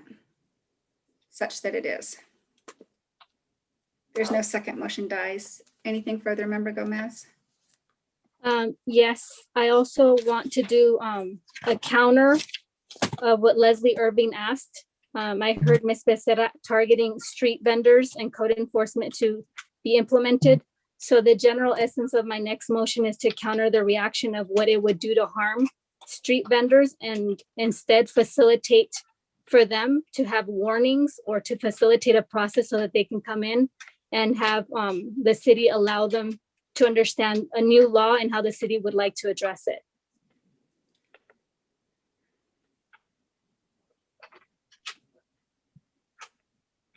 No second, motion dies. Thank you. I have no Further? others. Thank you. All right, with that said, we're going to move on to item 16, reports from council members. We'll begin with Member Gomez. Muchas gracias. Le tengo que hablar a mi pueblo, a la comunidad. Member Lo voy a hacer en mi Member idioma. Gomez is out of order and will suspend. Out of order what? Because I don't speak your language?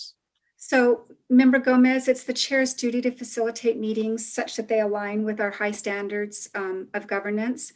And when you're communicating in a language unknown to the chair and members of the council and or staff and some members of the audience, it makes it very difficult for the chair to facilitate the meeting. That's your fault. It also, Member Gomez is not recognized at this point. She's out of order. First, and secondly, it subjugates the best practice in governance to personal inclination, and is disrespectful to fellow council members. None of these things the chair is going to allow. So certainly, if Councilmember Gomez, if you would like to speak in Spanish, you're free to do so during the public comment periods, but this is council member reports. And so you will please bring yourself to order and speak in English. I'm going to speak in both languages, and you can cut me off when you think, but I'm not going to respect your Member authority. Gomez, English. Member Gomez, if you do it again, You're not listening. English. Member Gomez does not have the floor and will suspend. Member Gomez, just as a friendly warning, if you speak during this item in Spanish or sign language, you will be out of order. The chair will withdraw recognition. Thank you. You may proceed. A mi pueblo, fíjese lo que está pasando. Member Siempre voy a hablar Gomez is español, out no of importa lo que diga esta Madam vieja. Clerk, will you No kindly estamos con mute the ella, aunque me- member? The chair withdraws recognition. Moving on to Councilmember Becerra, do you have any reports? No, ma'am, nothing to report. Thank you, Mayor Pro Tem Irving. Yes, I do. First of all, I had the opportunity of attending a particular community meeting where there was some information shared, and I'm very interested, shared regarding the city's honor court or court of honor. My understanding is that it had been a tradition to honor pioneers and trailblazers here in the Victorville community. I don't know much about that, but I would really like it if I think it's a wonderful idea, and it's a tradition that we should continue. So if the city clerk or someone could get back with me with that information, I would greatly appreciate it. And the last thing that I want to say, in light of your comments regarding the proclamation for Black History Month, I'd like to explore a robust cultural awareness because of the diversity in our community, cultural awareness for the council, the staff, and the citizenry. And with that, today is Tuesday, Fat Tuesday, and all I want to say is to everybody, food steak, happy Mardi Gras, y'all. Okay. That's too funny. All right. And the chair has nothing. And so since there's no further business before us, this meeting's adjourned. We'll see you all at next Tuesday's special meeting. Thank you. Have a great evening.